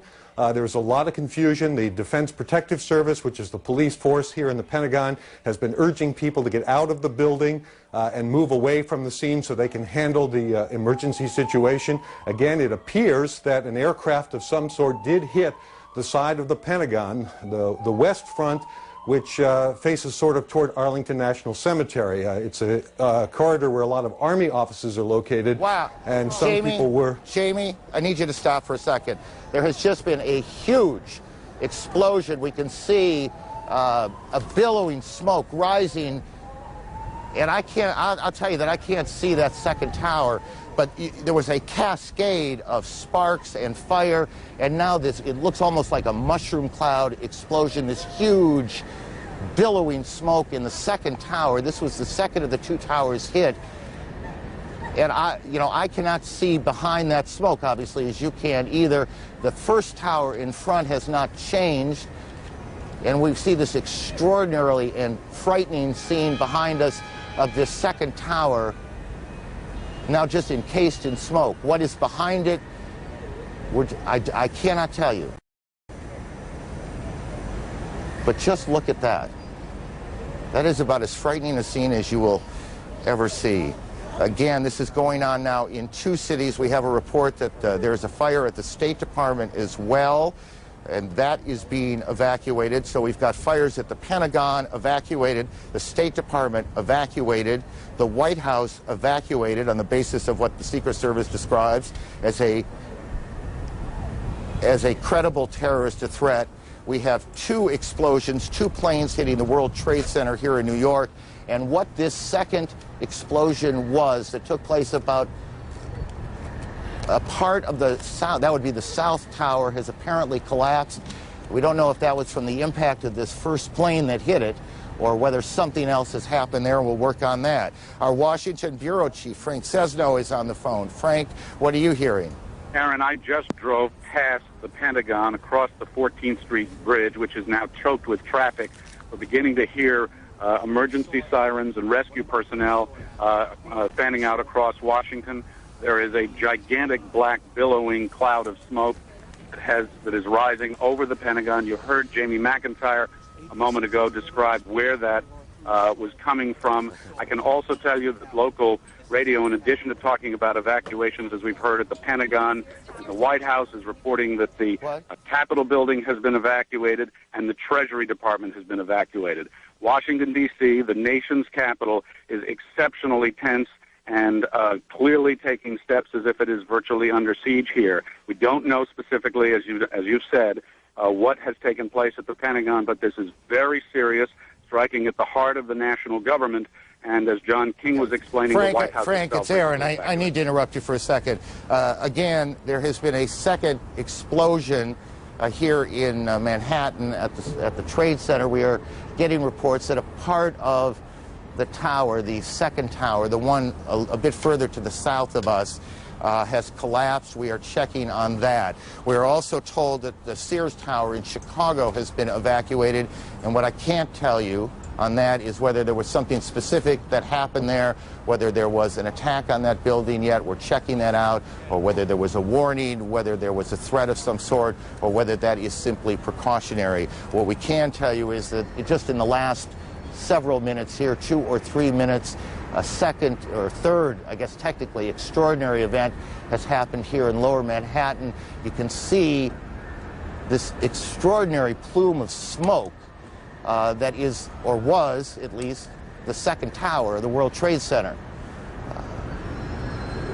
Perhaps 3 or 4 minutes ago, you could, from where we were standing, see that second building that is just a bit to the south of the first building, but you can't see it anymore. It is covered with smoke. A large plume of smoke also coming still from the first tower, where the first plane hit at about 8:45. We can, by the way, if we can cue the tape, we can show you that second attack, or at least the second explosion in the Trade Center that occurred at about 9:15 Eastern Time. As you can imagine, there you can see to the right of your screen a plane coming in. We do have a report of a hijacked American Airlines plane. It comes into the south side, and then boom, you can see the fire coming out the front, or the north side of the building. I guess that'd be the northeast side of the building. And then just in the last several minutes, there has been a second explosion, or at least perhaps not an explosion, perhaps part of the building simply collapsed.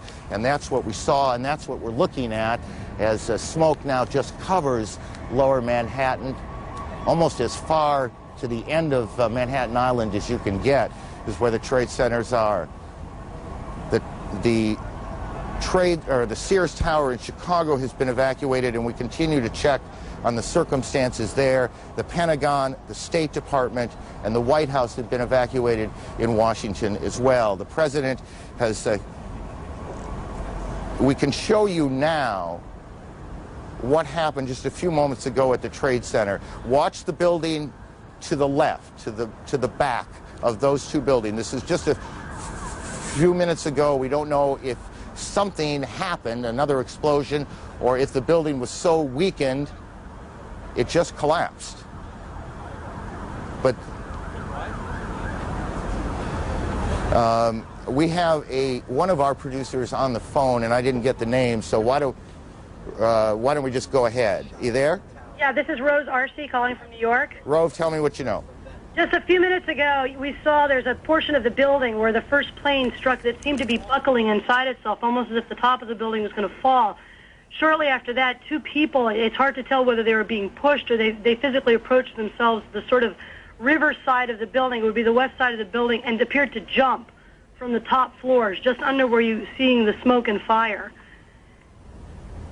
That is extraordinary. The South Tower, the World Trade Center, has collapsed. Again, tell me, how long ago was it that you saw this? This must have been about 5 minutes ago, and prior to that, you could see heads popping out of windows right beneath where that big gaping hole is. So there appeared to be people alive right below where the crash point was and were trying to find some way out of there. And just as the thing started to buckle, you saw them plummeting from that top floor.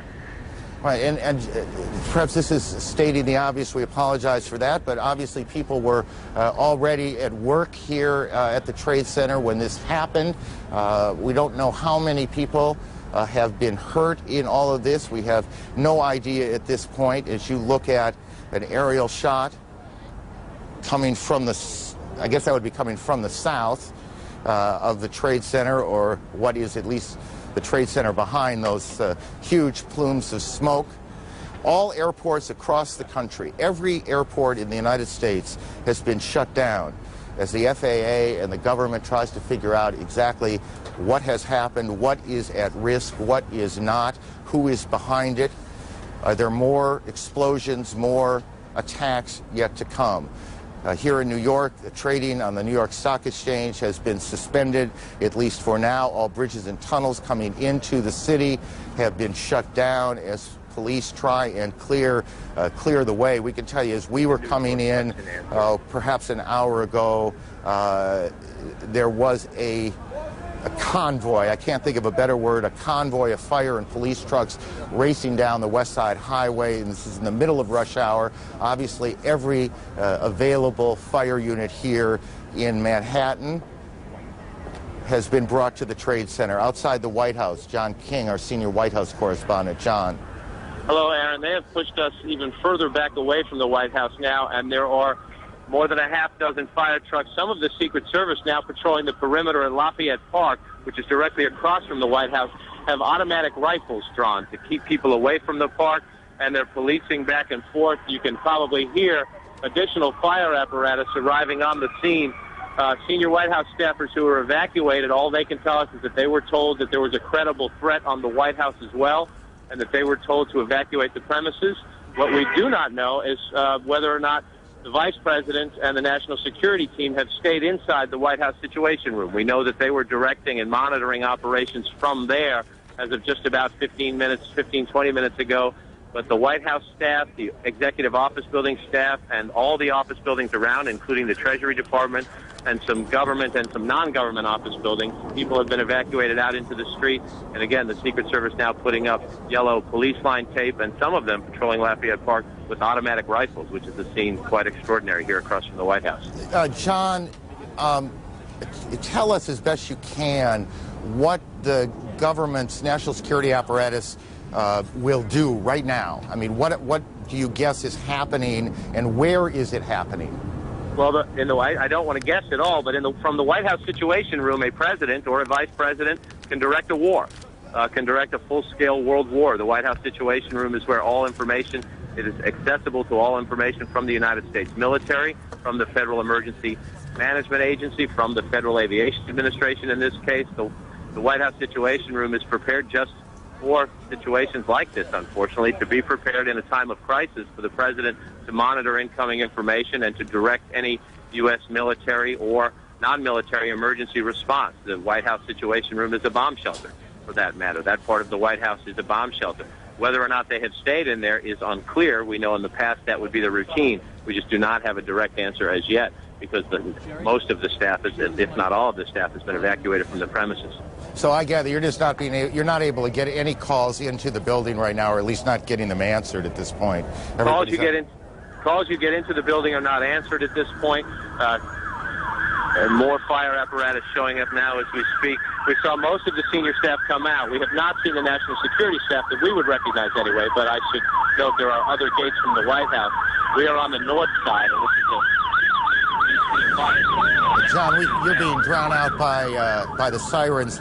Alan Dotz-Frank of our bureau here in New York joins us on the phone. Alan, where are you? Hi, Aaron. Our colleague Jennifer Westhoven also just arrived. She was closer to the building. I'm just south of Canal Street, about 10 blocks north of World Trade Center. And just before 10 o'clock, parts of the building began peeling away. People started screaming. Jennifer tells me, because she was a little closer to the building, that the police began yelling, "Run, run," and thousands of people started running away from the buildings as they were falling. That was, of course, followed by a onrush of ambulances and special police vehicles. Some people have told us, although I can't confirm this, that dozens of stories of the building have fallen away, maybe down as low as the 30th floor. Let's get him, Mike. And again, just because we lost a little bit at the beginning, where are you physically now? This is I'm just south of the Holland Tunnel in downtown Manhattan, perhaps 10 to 15 blocks north of the World Trade Center. Got it. And the pictures that our viewers are looking at, this was that collapse of the South Tower. Correct. Just a few minutes ago here in New York. Yes, and moments after that, people began running toward us. Jennifer Westhoven, who normally is at the stock exchange, was only about 5 blocks away, and she saw the same thing. Alan, thank you. Let me go to one of New York's deputy mayors, Randy, the former deputy mayor. What are you hearing, Randy? I only know what I have seen on television. I've tried to talk to some friends. Here we go. Hand me the microphone. There we go. I only know what I've heard on television. I've tried to speak to some friends. Obviously, phone lines, communication is difficult. Nothing prepares you in life for a senseless tragedy like this one, but there is no city better prepared to deal with such emergency situations than New York City. Tell me, based on the plan, what is happening 30 blocks away? Sure. Mayor Giuliani established early on an Office of Emergency Management to coordinate all the government agencies involved. So you have coordinated leadership of police, fire, health, all the city agencies responding to that emergency. They've planned for this kind of event. Unfortunately, this is not a unique occurrence in the life of New York City or our country. Tragedies like this have happened. It may not be a unique occurrence, but it is a very rare and extraordinary one. It is extraordinary, right. And therefore, in New York City, we have coordinated response, and they're responding now and providing every help that they can under these extraordinary circumstances. Hang on one second. We have a report now of an explosion on Capitol Hill, and we are checking that out. We have a report of a plane crashing at the Pentagon being evacuated, fire on the mall in Washington, the State Department evacuated, and we have all flights shut down across the country as officials sort out what's happening here. Randy, back to you for a second. How much of the, well, if I recall this correctly, there is what was called a bunker, the mayor's bunker for these sorts of events in the Trade Center, correct? There is an emergency management center at the Trade Center. Clearly the mayor is not there. I have not spoken with the mayor, so I don't know his physical location, but I do know that coordinated emergency response started immediately. It's something that the city prepares for, and it's something that, under these tragic circumstances, the city is doing everything it can to respond. How much of the plan changed after the World Trade Center bombing in '93? Well, there was no coordinated city response. There was no mayor's office of emergency management. Rudy Giuliani established that. It's been one of the hallmarks of his tenure, and unfortunately, there are extraordinary circumstances like this one where that coordinated effort has to come into play and is coming into play now. why don't you, if you can, stay with us for a little bit. Sure. I suspect other questions are going to come up. I want to go through again what we know here at this point, and also point out some things that are not insignificant that we don't know. And one of the things we don't know is we do not now know how many fatalities there have been. You were just listening to live coverage on CNN. This is Texas Cable News. We are going to do our best to try and put together the details that we know of what has certainly been a horrific sequence of destruction. Began early this morning, 2 planes crashed into the World Trade Center in New York City, 110 stories tall, each of them. One of the towers just minutes ago collapsing, and what President Bush said was an apparent terrorist attack. A witness saying that he saw bodies falling from the 110-story towers and people jumping out of it. What you're seeing here is some video that was taken before that second building to your left collapsed just minutes ago. CNN is reporting that a third explosion may have caused this. Again, during extreme situations like these, details are just coming in. We try and do the best we can to sort them out for you, and of course some tough video to see. We have also just received reports that there may have been an explosion on Capitol Hill. Again, we are hearing this from CNN. We are still waiting for confirmation. Just some 10 minutes ago or 15 minutes ago, possibly more than that, there was another report after the 2 plane crashes into the World Trade Center towers in New York City of a possible crash into the Pentagon. Now, right now, the Pentagon has been evacuated. The White House has been evacuated. Associated Press, just to bring you to the sequence of events, is reporting that 1 plane crashed into the New York Trade Center building about 8:48 Eastern Time this morning. One of the planes was reportedly a 767 American Airlines Boeing flight, Flight 11, that originated in Boston and was en route to Los Angeles. We have no word yet as to the second kind of plane or what type that was that crashed into the second tower just 18 minutes after the first crash at the World Trade Center. Let's go ahead now and there we go. And the Pentagon, another report there from Associated Press saying that witnesses saw some type of an airliner crash into perhaps the west side of the Pentagon. The Pentagon has been evacuated. The State Department has been evacuated. The White House has been evacuated. President Bush in Sarasota, Florida this morning was prepared to give a speech on education reform. When he was told about this, he is en route now amid heavy security to Washington, D.C. to work with the FBI. Again, the FBI reporting this is certainly no sequence of accidents. This is a terrorist act, a very sophisticated, very well-coordinated terrorist attack. So far, no one has claimed responsibility for it. Again, during extreme situations like this, we do the best that we can to try and make our way through the details. Numbers are still coming in. We do not know at this point how many casualties there may be or how many injuries, but rescue efforts are underway. Again, the FBI believing this is a sequence of acts of terrorism. No one has claimed responsibility for it yet. Let's go ahead and tune in once again with our colleagues over at CNN for the very latest. I did just see a spokesperson, by the way, for the Speaker of the House, Mr. Hastert, Dennis Hastert, who tells me that Mr. Hastert and other leaders have been evacuated into what he called a secure location.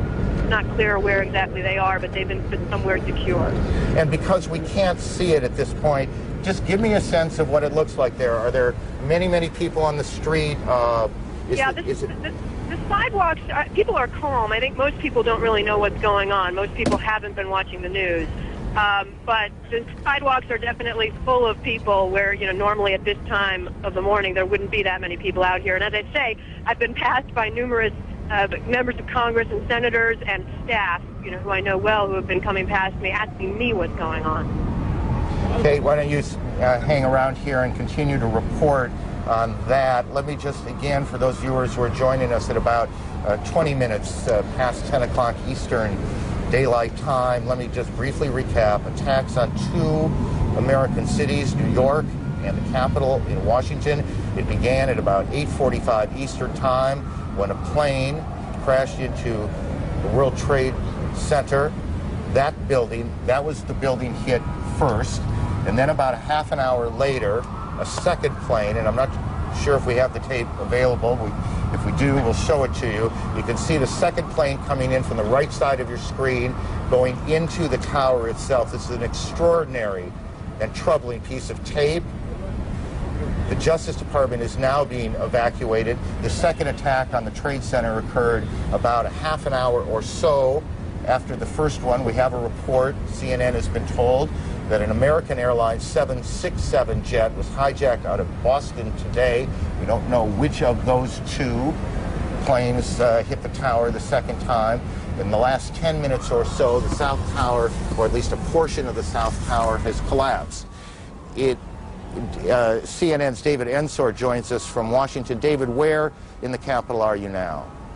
Well, Aaron, I'm in our bureau, but I have on the telephone with me Barbara, who is the wife of a friend of mine and who is an eyewitness to exactly what happened at the Pentagon. Barbara, can you hear me all right? Yes, I can hear you. Well, what exactly did you see? Let's look at the Pentagon now as you describe what exactly happened at the Pentagon this morning. As we were driving into town on 395, there was an exit. We were trying to get off the exit for the Memorial Bridge. Off to the left-hand side was a commercial plane that came in and was coming too fast and too low. And the next thing we saw was it go down below the side of the road, and we just saw the fire that came up after that. How large was the explosion? It was large. Was there sound as well? That I can't verify because the windows were up in the vehicle. Was it clear to you what had happened? Yes, definitely. So you believe it was a commercial airliner that was hitting the Pentagon? Yes, and I'm not sure exactly where the Pentagon was in relationship to where the plane went down. You know, but they are relatively close to one another. Whether it hit any part of that Pentagon, I'm not sure. How low was the plane? When it was coming down? Yeah. It was coming down on less than a 45-degree angle and coming down toward the side of the 395. And when it came down, it just missed the 395 and went down below it, and then you saw the fire come up from it. Were you able to see what kind of plane or what airline it belonged to? No, I did not see what kind of an airline. I just assumed because we were so close to the airport, it was coming into land. But it seemed awfully low to you? Yes, and fast. How big was the fireball? I'm spatially challenged at times, and it was pretty big. What did you think was happening? I know that hit the ground and exploded. Were you frightened yourself? Yes. Yes. Everybody stopped the cars, and we all got out of it and so forth. Right. Well, thank you very much. Thank you. Appreciate your talking to us. Aaron, back to you. David, thank you. CNN's David Ensor in Washington. CNN's Brian Palmer joins us on the phone from here in Manhattan. Brian, why don't you begin by telling me where you are? We are in front of the criminal courthouse after being pushed north slightly. We watched one of the towers of the World Trade Center disappear from the skyline. It basically folded into itself in a plume of gray smoke. A crowd of thousands of people dashed up Broadway, followed by emergency services personnel. That's all we know now. We're watching the plume of smoke and debris just sort of waft across lower Manhattan, and people are lining up at this payphone behind me trying to find out whether their relatives are safe. Let me just briefly go to Randy. Randy, just look out there and tell me what you're thinking when you see what now appears that at least part of one of the landmark buildings in this city, one of the most recognizable buildings in the country, is gone. It's the kind of moment you hope will never come. When you have been in government, when you care as much about this city and this country as a mayor like Rudy Giuliani does, it's a moment you pray will never come, and you pray for the families of anyone affected by this tragedy. But as a city, you know, we come together, and our emergency services provide every support they can in the face of such a senseless tragedy. It is an unbelievable scene as Incredible. You look down. I mean, we stand here at some point every day looking out at this city this time of year. It's extraordinarily pretty, and you see those two buildings high above lower Manhattan, and you look out there today and you see this gaping hole in one of them, these plumes of smoke that continue to pour from the scene, and and you know that there's nothing behind. That second tower, or at least parts of it, are gone. We join now one of our affiliates, WNYW, and their coverage here in New York.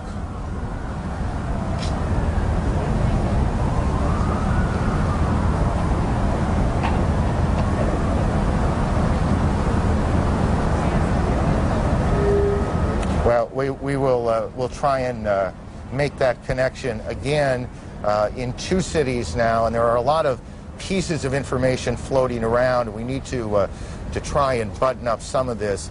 We had a report earlier that we believe we could tell you is not correct, that there was an explosion at the Capitol.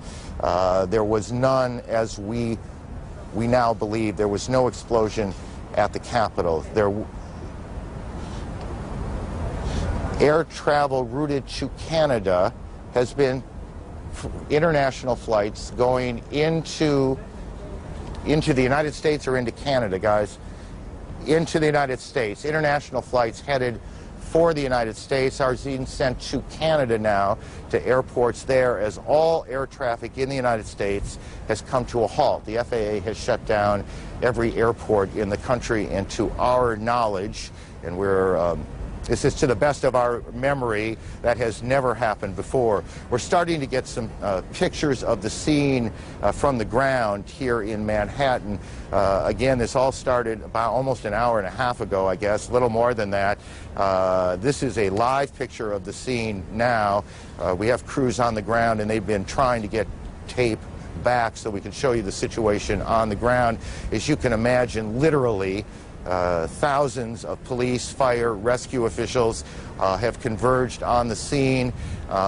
There are, and we don't know how many, injured to be tended to be taken to hospitals, and we continue to check hospitals to find out how many, the extent of injuries. We do not yet know how many fatalities. I've never heard of that outfit before either, but there is the scene. This is tape now from WABC here in New York.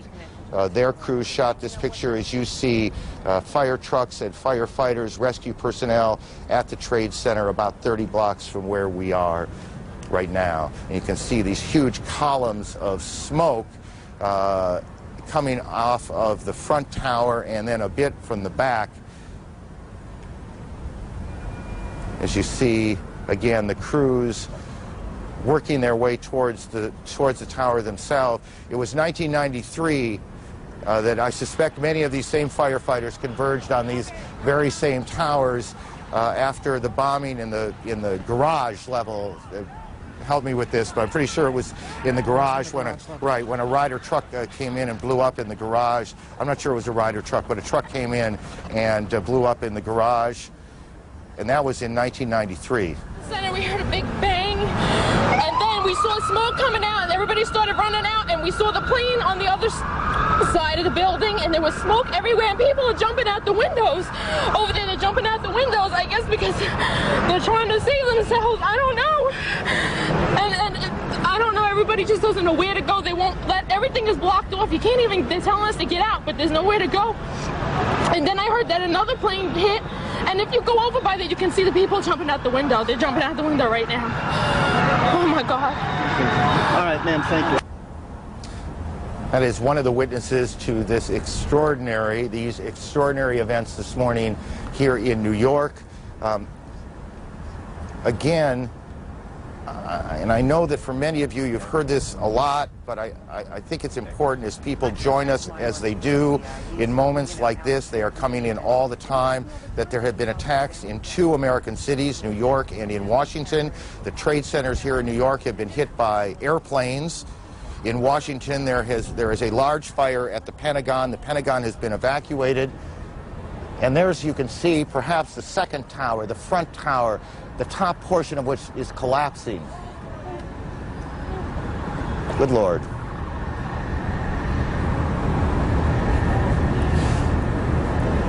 There are no words. You can see large pieces of the building falling. You can see the smoke rising. You can see a portion of the side of the building now just being covered on the right side as I look at it, covered in smoke. This is just a horrific scene and a horrific moment. The president, who is in Florida today, is en route back to the White House. He took off a short time ago. The White House itself has been evacuated on the basis of what the Secret Service says was a credible threat on the mansion itself. We believe now that we can say that portions of both towers of the World Trade Center have collapsed. Whether there were second explosions, that is to say explosions other than the planes hitting them, that caused this to happen, we cannot tell you. Rose Arce, one of our CNN producers, is on the phone. Rose, what do you got?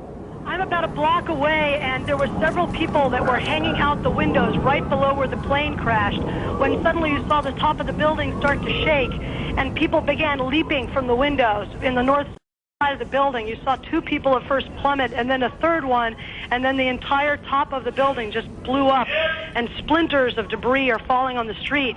Where I'm right now, there's a thick plume of smoke, and you can see crowds of people, including emergency service workers and police officers, running from the scene, screaming. And there's a school nearby where there were kids in the schoolyard. That has been emptied out, and they're running up the street now, too. The whole sort of the neighborhood, I'd say several blocks up, is covered by this almost powdery smoke.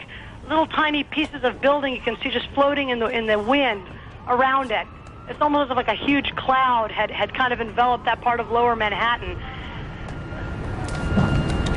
It is just one of those awful moments that you need to look at for a minute or two to absorb exactly what has happened.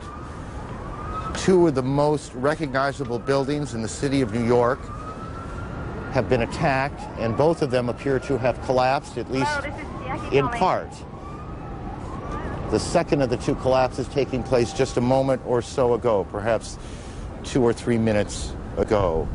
There are also apparently coordinated attacks that have taken place in Washington on the Pentagon. The State Department has been evacuated. Just a few moments ago, as we said, and perhaps 20 minutes after the first tower collapsed, we turned around and saw what looked like sparks falling, and then the top part of tower number 1 collapsing. These are shots from the ground of that scene. There have been frantic efforts to get people out of the tower. Now this is tape, and you can see now whether that was an explosion or exactly what happened that caused that second tower to collapse. We cannot tell you. CNN's Kelly Wallace is on the phone with us. Kelly, where are you? What can you tell us? Aaron, I'm just about 4 blocks north of the location of where the World Trade Center was standing. I was actually en route to the command center, people really staring in disbelief. And then as you saw, of course, the pictures watching that tower come down, people just couldn't believe their eyes. Okay. You're watching live coverage of the reported terrorist attacks on U.S. cities, New York City and Washington, D.C. on Texas Cable News. We are now joined by Dave Cassidy of our Belo, Washington Bureau. Dave, are you there? Can you hear me? Yes, I am. Dave, we heard reports, or we actually read reports from Associated Press in terms of Washington, D.C., that there was an explosion at the Pentagon and possibly that was caused by another plane crashing into the Pentagon. Can you confirm that? I can only tell you what the FAA is saying. It is saying of some kind of aircraft crashed into the Pentagon. The pictures that you may be seeing, if you've been watching, there is smoke coming from the Pentagon building. There are conflicting reports as to whether this craft, whatever it was, hit the ground outside the Pentagon and then exploded, or whether it actually hit the building itself. However, there has been smoke billowing from the Pentagon now for I'm guessing around 45 minutes. That is the only building in Washington so far that has actually been hit by something. All right, because I did want to get to that. CNN had reported just a short time ago, possibly 20 minutes ago, that there was possibly another explosion in the Capitol, but you're saying that that did not happen. I can almost for sure tell you that right now that was an unconfirmed and incorrect report about the Capitol. However, we are hearing that the State Department was evacuated possibly because of some device at the State Department. There are unconfirmed, and we have to stress that, reports that some sort of small device went off at the State Department, but that is not confirmed at this point. Most of the government buildings in Washington are being evacuated as a precaution. The only confirmed attack, because you can see the smoke billowing from the building, is the Pentagon. We are also hearing, in fact, from Associated Press that there was a credible threat against the White House, and of course the White House being evacuated. Dave, what do you know about that? That's the Secret Service says that the building itself was, as you just said, a credible threat to be some sort of target, as was apparently the U.S. Capitol building, as was the State Department. So most of the familiar government buildings, the Treasury building next door to the White House, the ones that aren't being officially ordered to evacuate are probably being unofficially ordered. The streets outside our building here are full of cars that aren't moving, people who are on foot. It would not be an overstatement to say, I think, that most people, except news people in D.C., are trying to get out of here. Obviously a frantic scene there, as we're seeing in New York City as well. Can you tell us anything about injuries from the explosion at the Pentagon? There are no confirmed reports of injuries at the Pentagon. It seems to me it would be very lucky, given all the smoke and the situation at the Pentagon, if no one has been injured. That would be a lucky thing, but we have no confirmed reports of this. Communications in this town, not as bad as New York, luckily, so far, but they're almost at a standstill. People are trying to call families to say they're coming home. It's just very hard to get through. Sure, absolutely. Of course, we are awaiting President Bush's arrival in Washington, D.C. He was in Sarasota, Florida this morning. Well, you raised a good question. I don't know where he's going. I mean, if they believe that Washington, D.C. is under attack, not to the degree, thankfully, that New York is, I don't know that we know exactly where President Bush is going. I assume he'll be taken to a very safe location, but I don't think that would be, at this point, the White House. Associated Press had reported earlier that he was, in fact, en route to Washington, D.C., but as you mentioned, we don't know now again if that's for sure. We're still waiting for confirmation on that. We did hear him speak a short time ago. But I don't think it's alarmist to suggest that they're going to be very careful about where they take the President of the United States. Absolutely. What else can you tell us from your vantage point in Washington, D.C.? What I can tell you is that it is very confused, but luckily nothing on the scale here that's happening in New York. We don't have buildings collapsing. There was a plane of some kind reported to have hit the Pentagon, and while we'll get more information about how bad that is, it is in itself not as horrid as what we've been seeing in New York. And you know, Dave, we were hearing some reports also from CNN, or perhaps from a witness who was on CNN, that said that a plane was seen over the White House, which I believe is a no-fly zone, correct? It is. My guess is that would be whatever plane came into the Pentagon. Those of you who visited Washington, D.C. know that the Pentagon is across the Potomac River in northern Virginia. But it's only maybe a mile from the White House. I mean, it's not physically that far away. If some kamikaze-style pilot were flying low enough to hit the Pentagon, and did, that plane would have crossed, or could have crossed, over areas near the White House, because it's not that far from the White House to the Pentagon. Of course, during extreme times such as this, when details are pouring in, it is hard to sometimes sort through them, and at times there can be a lot of speculation. But Dave, we certainly appreciate your spending time with us today. Real quick, I'm told by one of our people here from the Dallas Morning News that that is a confirmed car bomb at the State Department. We have no word about injury, but the Morning News is saying there was some sort of car bomb. Now, that again pales in comparison to what's been happening in other places, but there's been some sort of explosion, however minor, at the State Department. At the State Department, which has been evacuated, correct? Along with virtually every government building here. Okay. Dave, thank you very much for joining us this morning. Be careful. Thank you. You too. We have Jim Hollifield on the line now. Yes. From Tower Center for Political Studies. Jim, what can you tell us about this situation here? Well, I'm sorry to say that I can't tell you all that much, because like everyone else, I just heard about it this morning. But the thing I would stress, I hate to sound like a civil defense official, but clearly we all need to remain calm. It will take at least a matter of days probably to sort out exactly what has happened here. But I don't think there's any doubt that we're in the midst of the largest, most serious attack on the homeland of the United States since the Civil War. it would be since the Civil War that we've seen this kind of destruction in the United States itself. Yes. Oh, hi, Dave. Okay, I can still hear you. You've got... All right. All right.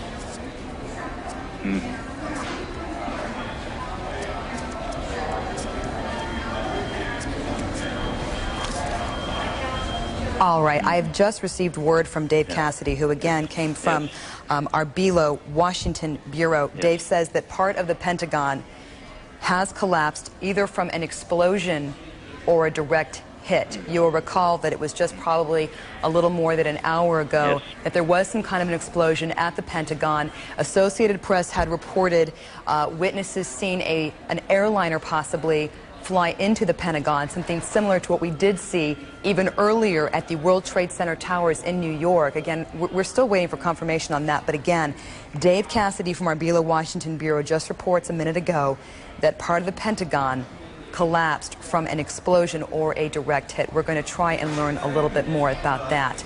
Obviously, just an incredibly horrific sequence of events in what President Bush has confirmed are terrorist attacks on American cities, New York City, and of course Washington, D.C. We are seeing that airports have been shut down nationwide. All airplanes that were in the air have been asked to land immediately. International flights to New York City and Washington, D.C. were asked to be rerouted to Canada.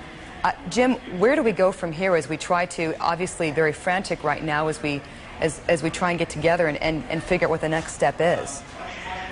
Well, I am sure that there is an intensive meeting going on of the National Security Team of the President of the United States, and that they will be working out an appropriate response to this. And again, I stress that it may take some time to do that. We're not going to see instantaneous action. I think the action that must be taken now is exactly what the civil defense authorities in the United States are doing, which is to try to shut everything down, secure as much of the country, anything that might be a target, and try to get people to remain as calm as they possibly can. Well, that's a good, a good point to bring up, because right now, as we are watching these incredible images, on the air, I think a lot of us are worried possibly about loved ones who may have been flying. Of course, we have a World Trade Center here in Dallas, possibly worried about that. What security measures can be taken, and what security measures will be taken for the president as he heads back, who knows, to Washington, D.C., maybe who knows where he's heading back to now at this point? Well, I'm sure he's going to be in a very, very secure place. I can't obviously tell you where that's going to be. But for a day, or at least for a morning, the United States has been at war. The problem, and we haven't experienced this on our homeland, as I said, for many, many years, well over 100 years. So this is going to be a new and a very frightening experience for many, many Americans. And the problem, of course, is this is not a conventional war. I mean, this is not a war where we can clearly see the people who are attacking us, where we can clearly see the state or the government that is behind this. It will be very hard to identify exactly who these people are. And of course, there may be many groups around the world that would immediately want to claim responsibility for this, hoping or wishing that they could take credit for it. So we're not going to be able to strike out blindly. I know that that's going to be an enormous temptation. But it's one that we will have to avoid. Absolutely, and what we were hearing earlier today, reading on Associated Press, was that the FBI did not receive any kind of a warning about these reported terrorist attacks, that there is no significance to the date today, September 11th. Yep. Of course, during extreme situations like this, as we are getting new details in literally every minute, it is tough because we don't want to speculate too much. Right. There was some speculation, though, and I've got to mention it, that Osama bin Laden's name was thrown out there, at least on CNN. Well, of course, his name would be one of the first ones to come up, because we have clearly been engaged in a subterranean clandestine war with him. Whether his operation is capable of mounting something this sophisticated and this coordinated, I really don't know. But clearly, whoever was behind this, this took enormous planning. Very sophisticated, very coordinated attack. Yes, so I mean, we're not dealing with amateurs. I think that's quite clear. And unfortunately, it shows up. It shows just how vulnerable the United States homeland is to attacks of this sort. Exactly. Thank God that we have not seen a small nuclear weapon exploded somewhere. And, you know, Jim, I'd like to mention on that note, here in Texas, we do have vehicles that have been posted out, DPS vehicles posted outside the Texas Capitol, of course, in Austin. Yes. It appears that Governor Rick Perry has canceled all of his travel plans. We are still, though, waiting for him to comment. Of course, security measures are being taken in Texas as well. Back east, we do know that troopers are heightening security because of the attacks there. We certainly thank you for your time today and your insights. Thank you, Jim Hollyfield.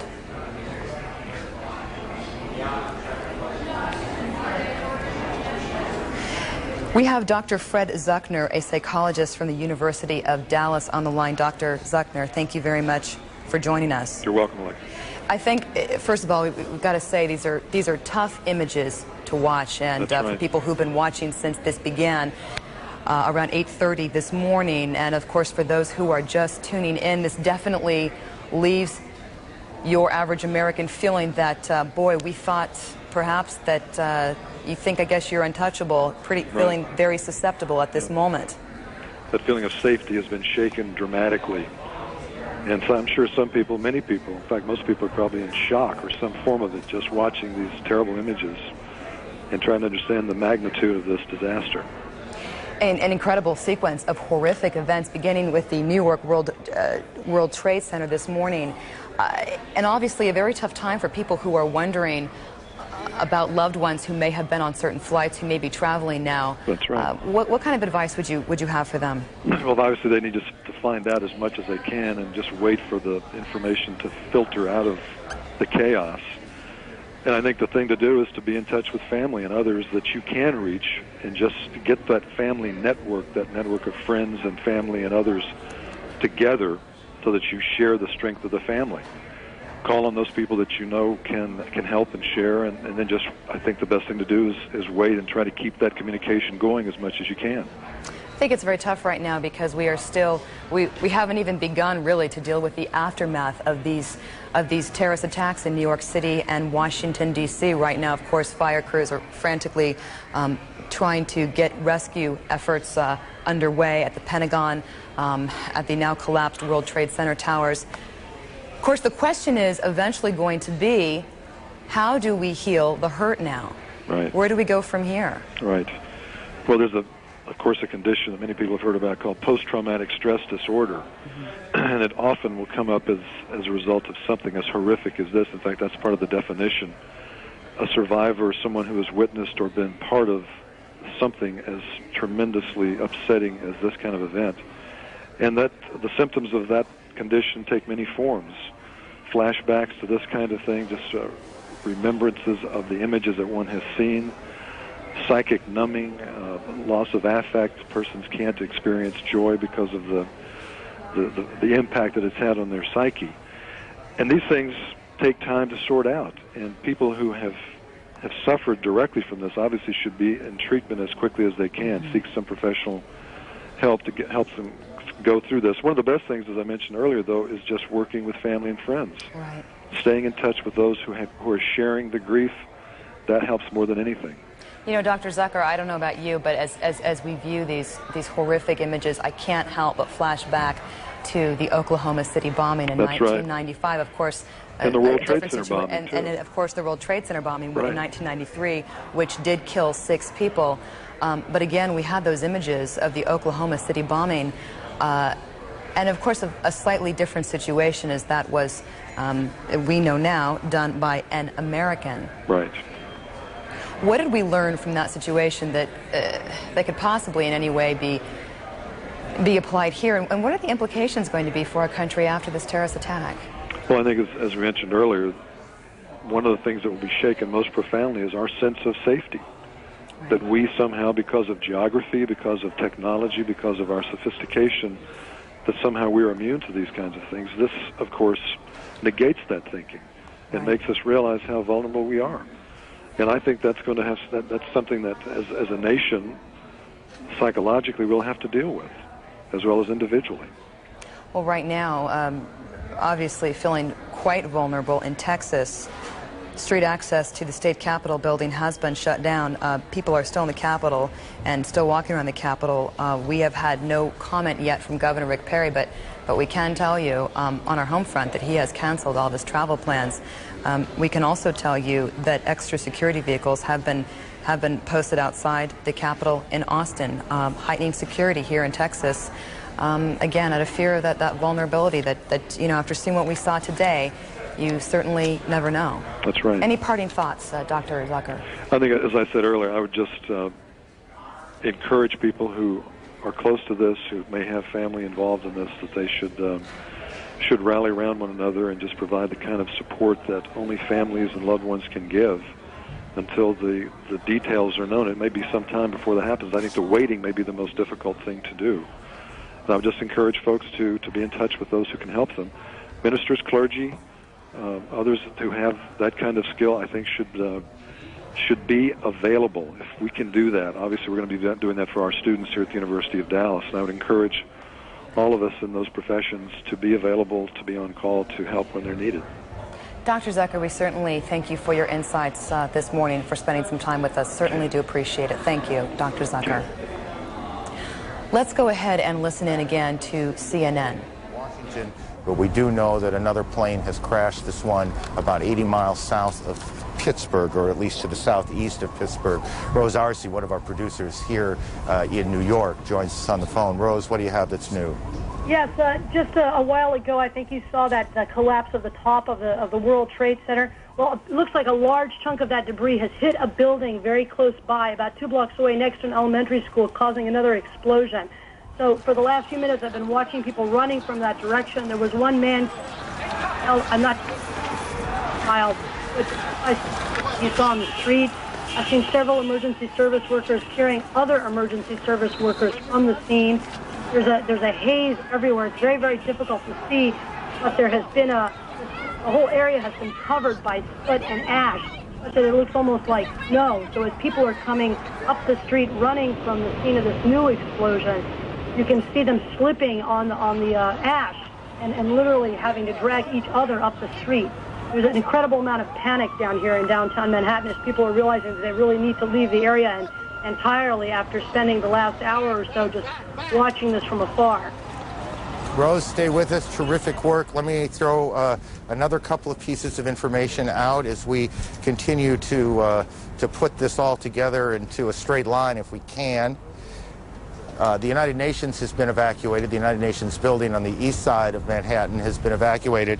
The city is in, this is election day, a primary election for mayor and city council races here in New York. That election has been postponed until further notice.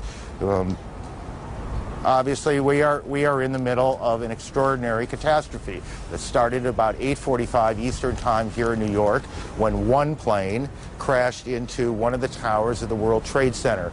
About a half an hour after that, as people were converging, as fire and police and rescue teams were converging on the scene, a second plane appeared to the west of the Trade Center buildings and slammed into the second tower. That's what you just saw. Fire shooting out the north and east side of the tower.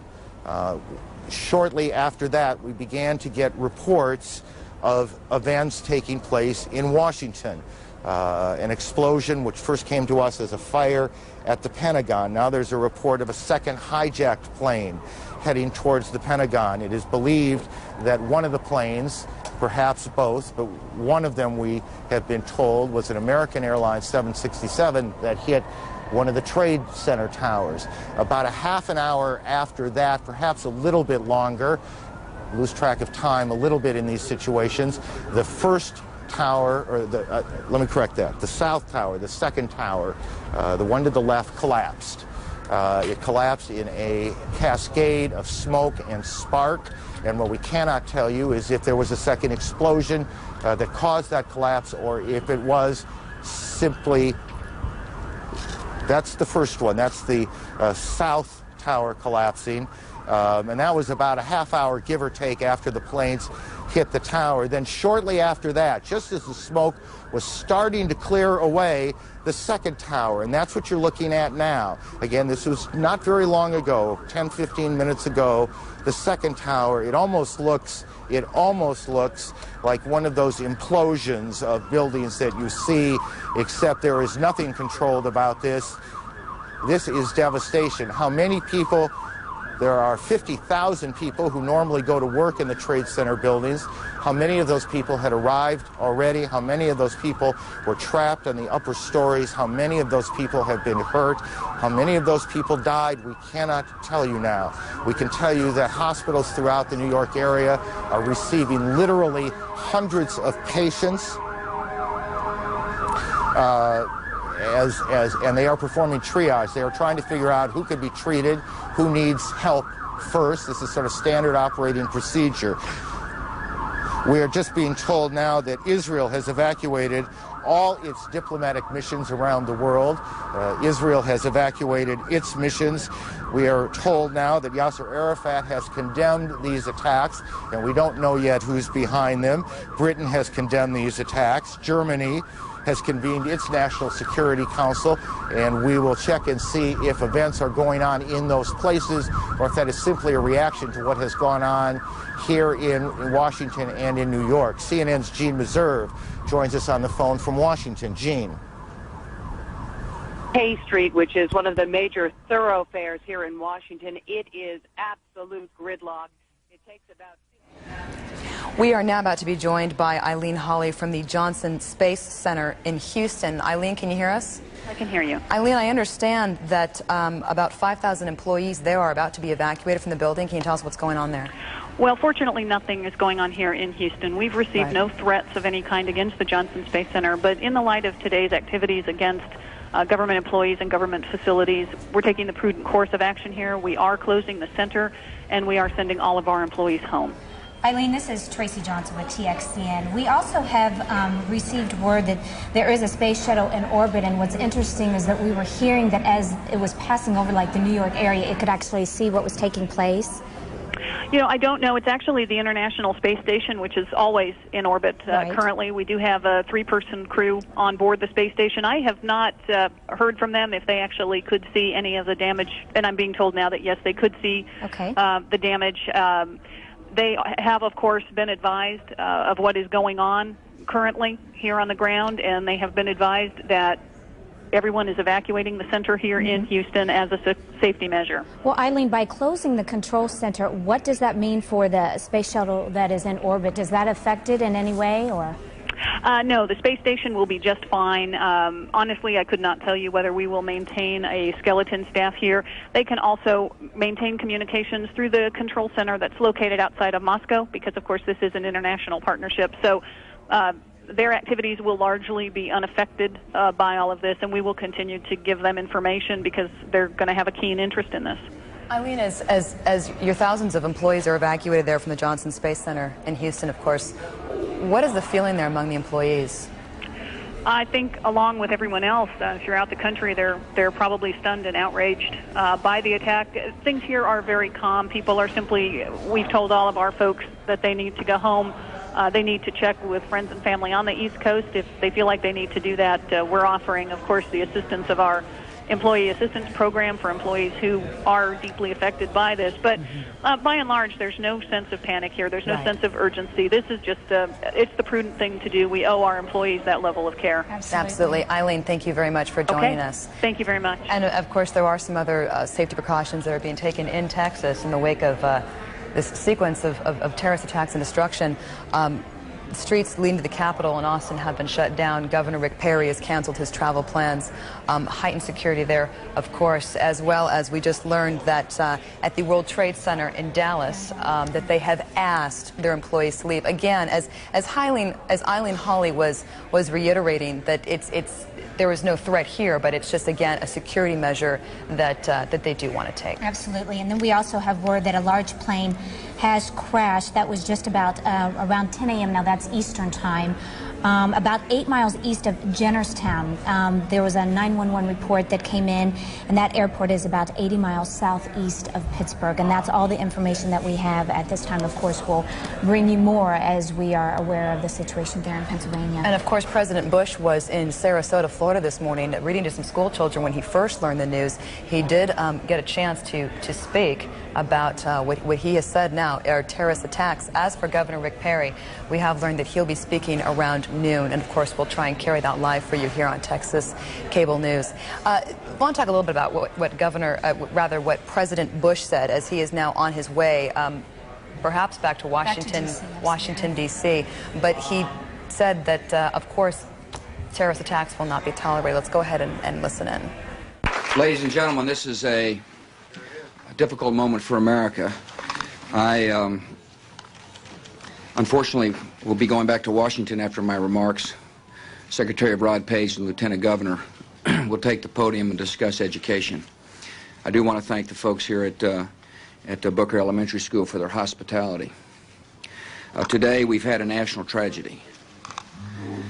2 airplanes have crashed into the World Trade Center in an apparent terrorist attack.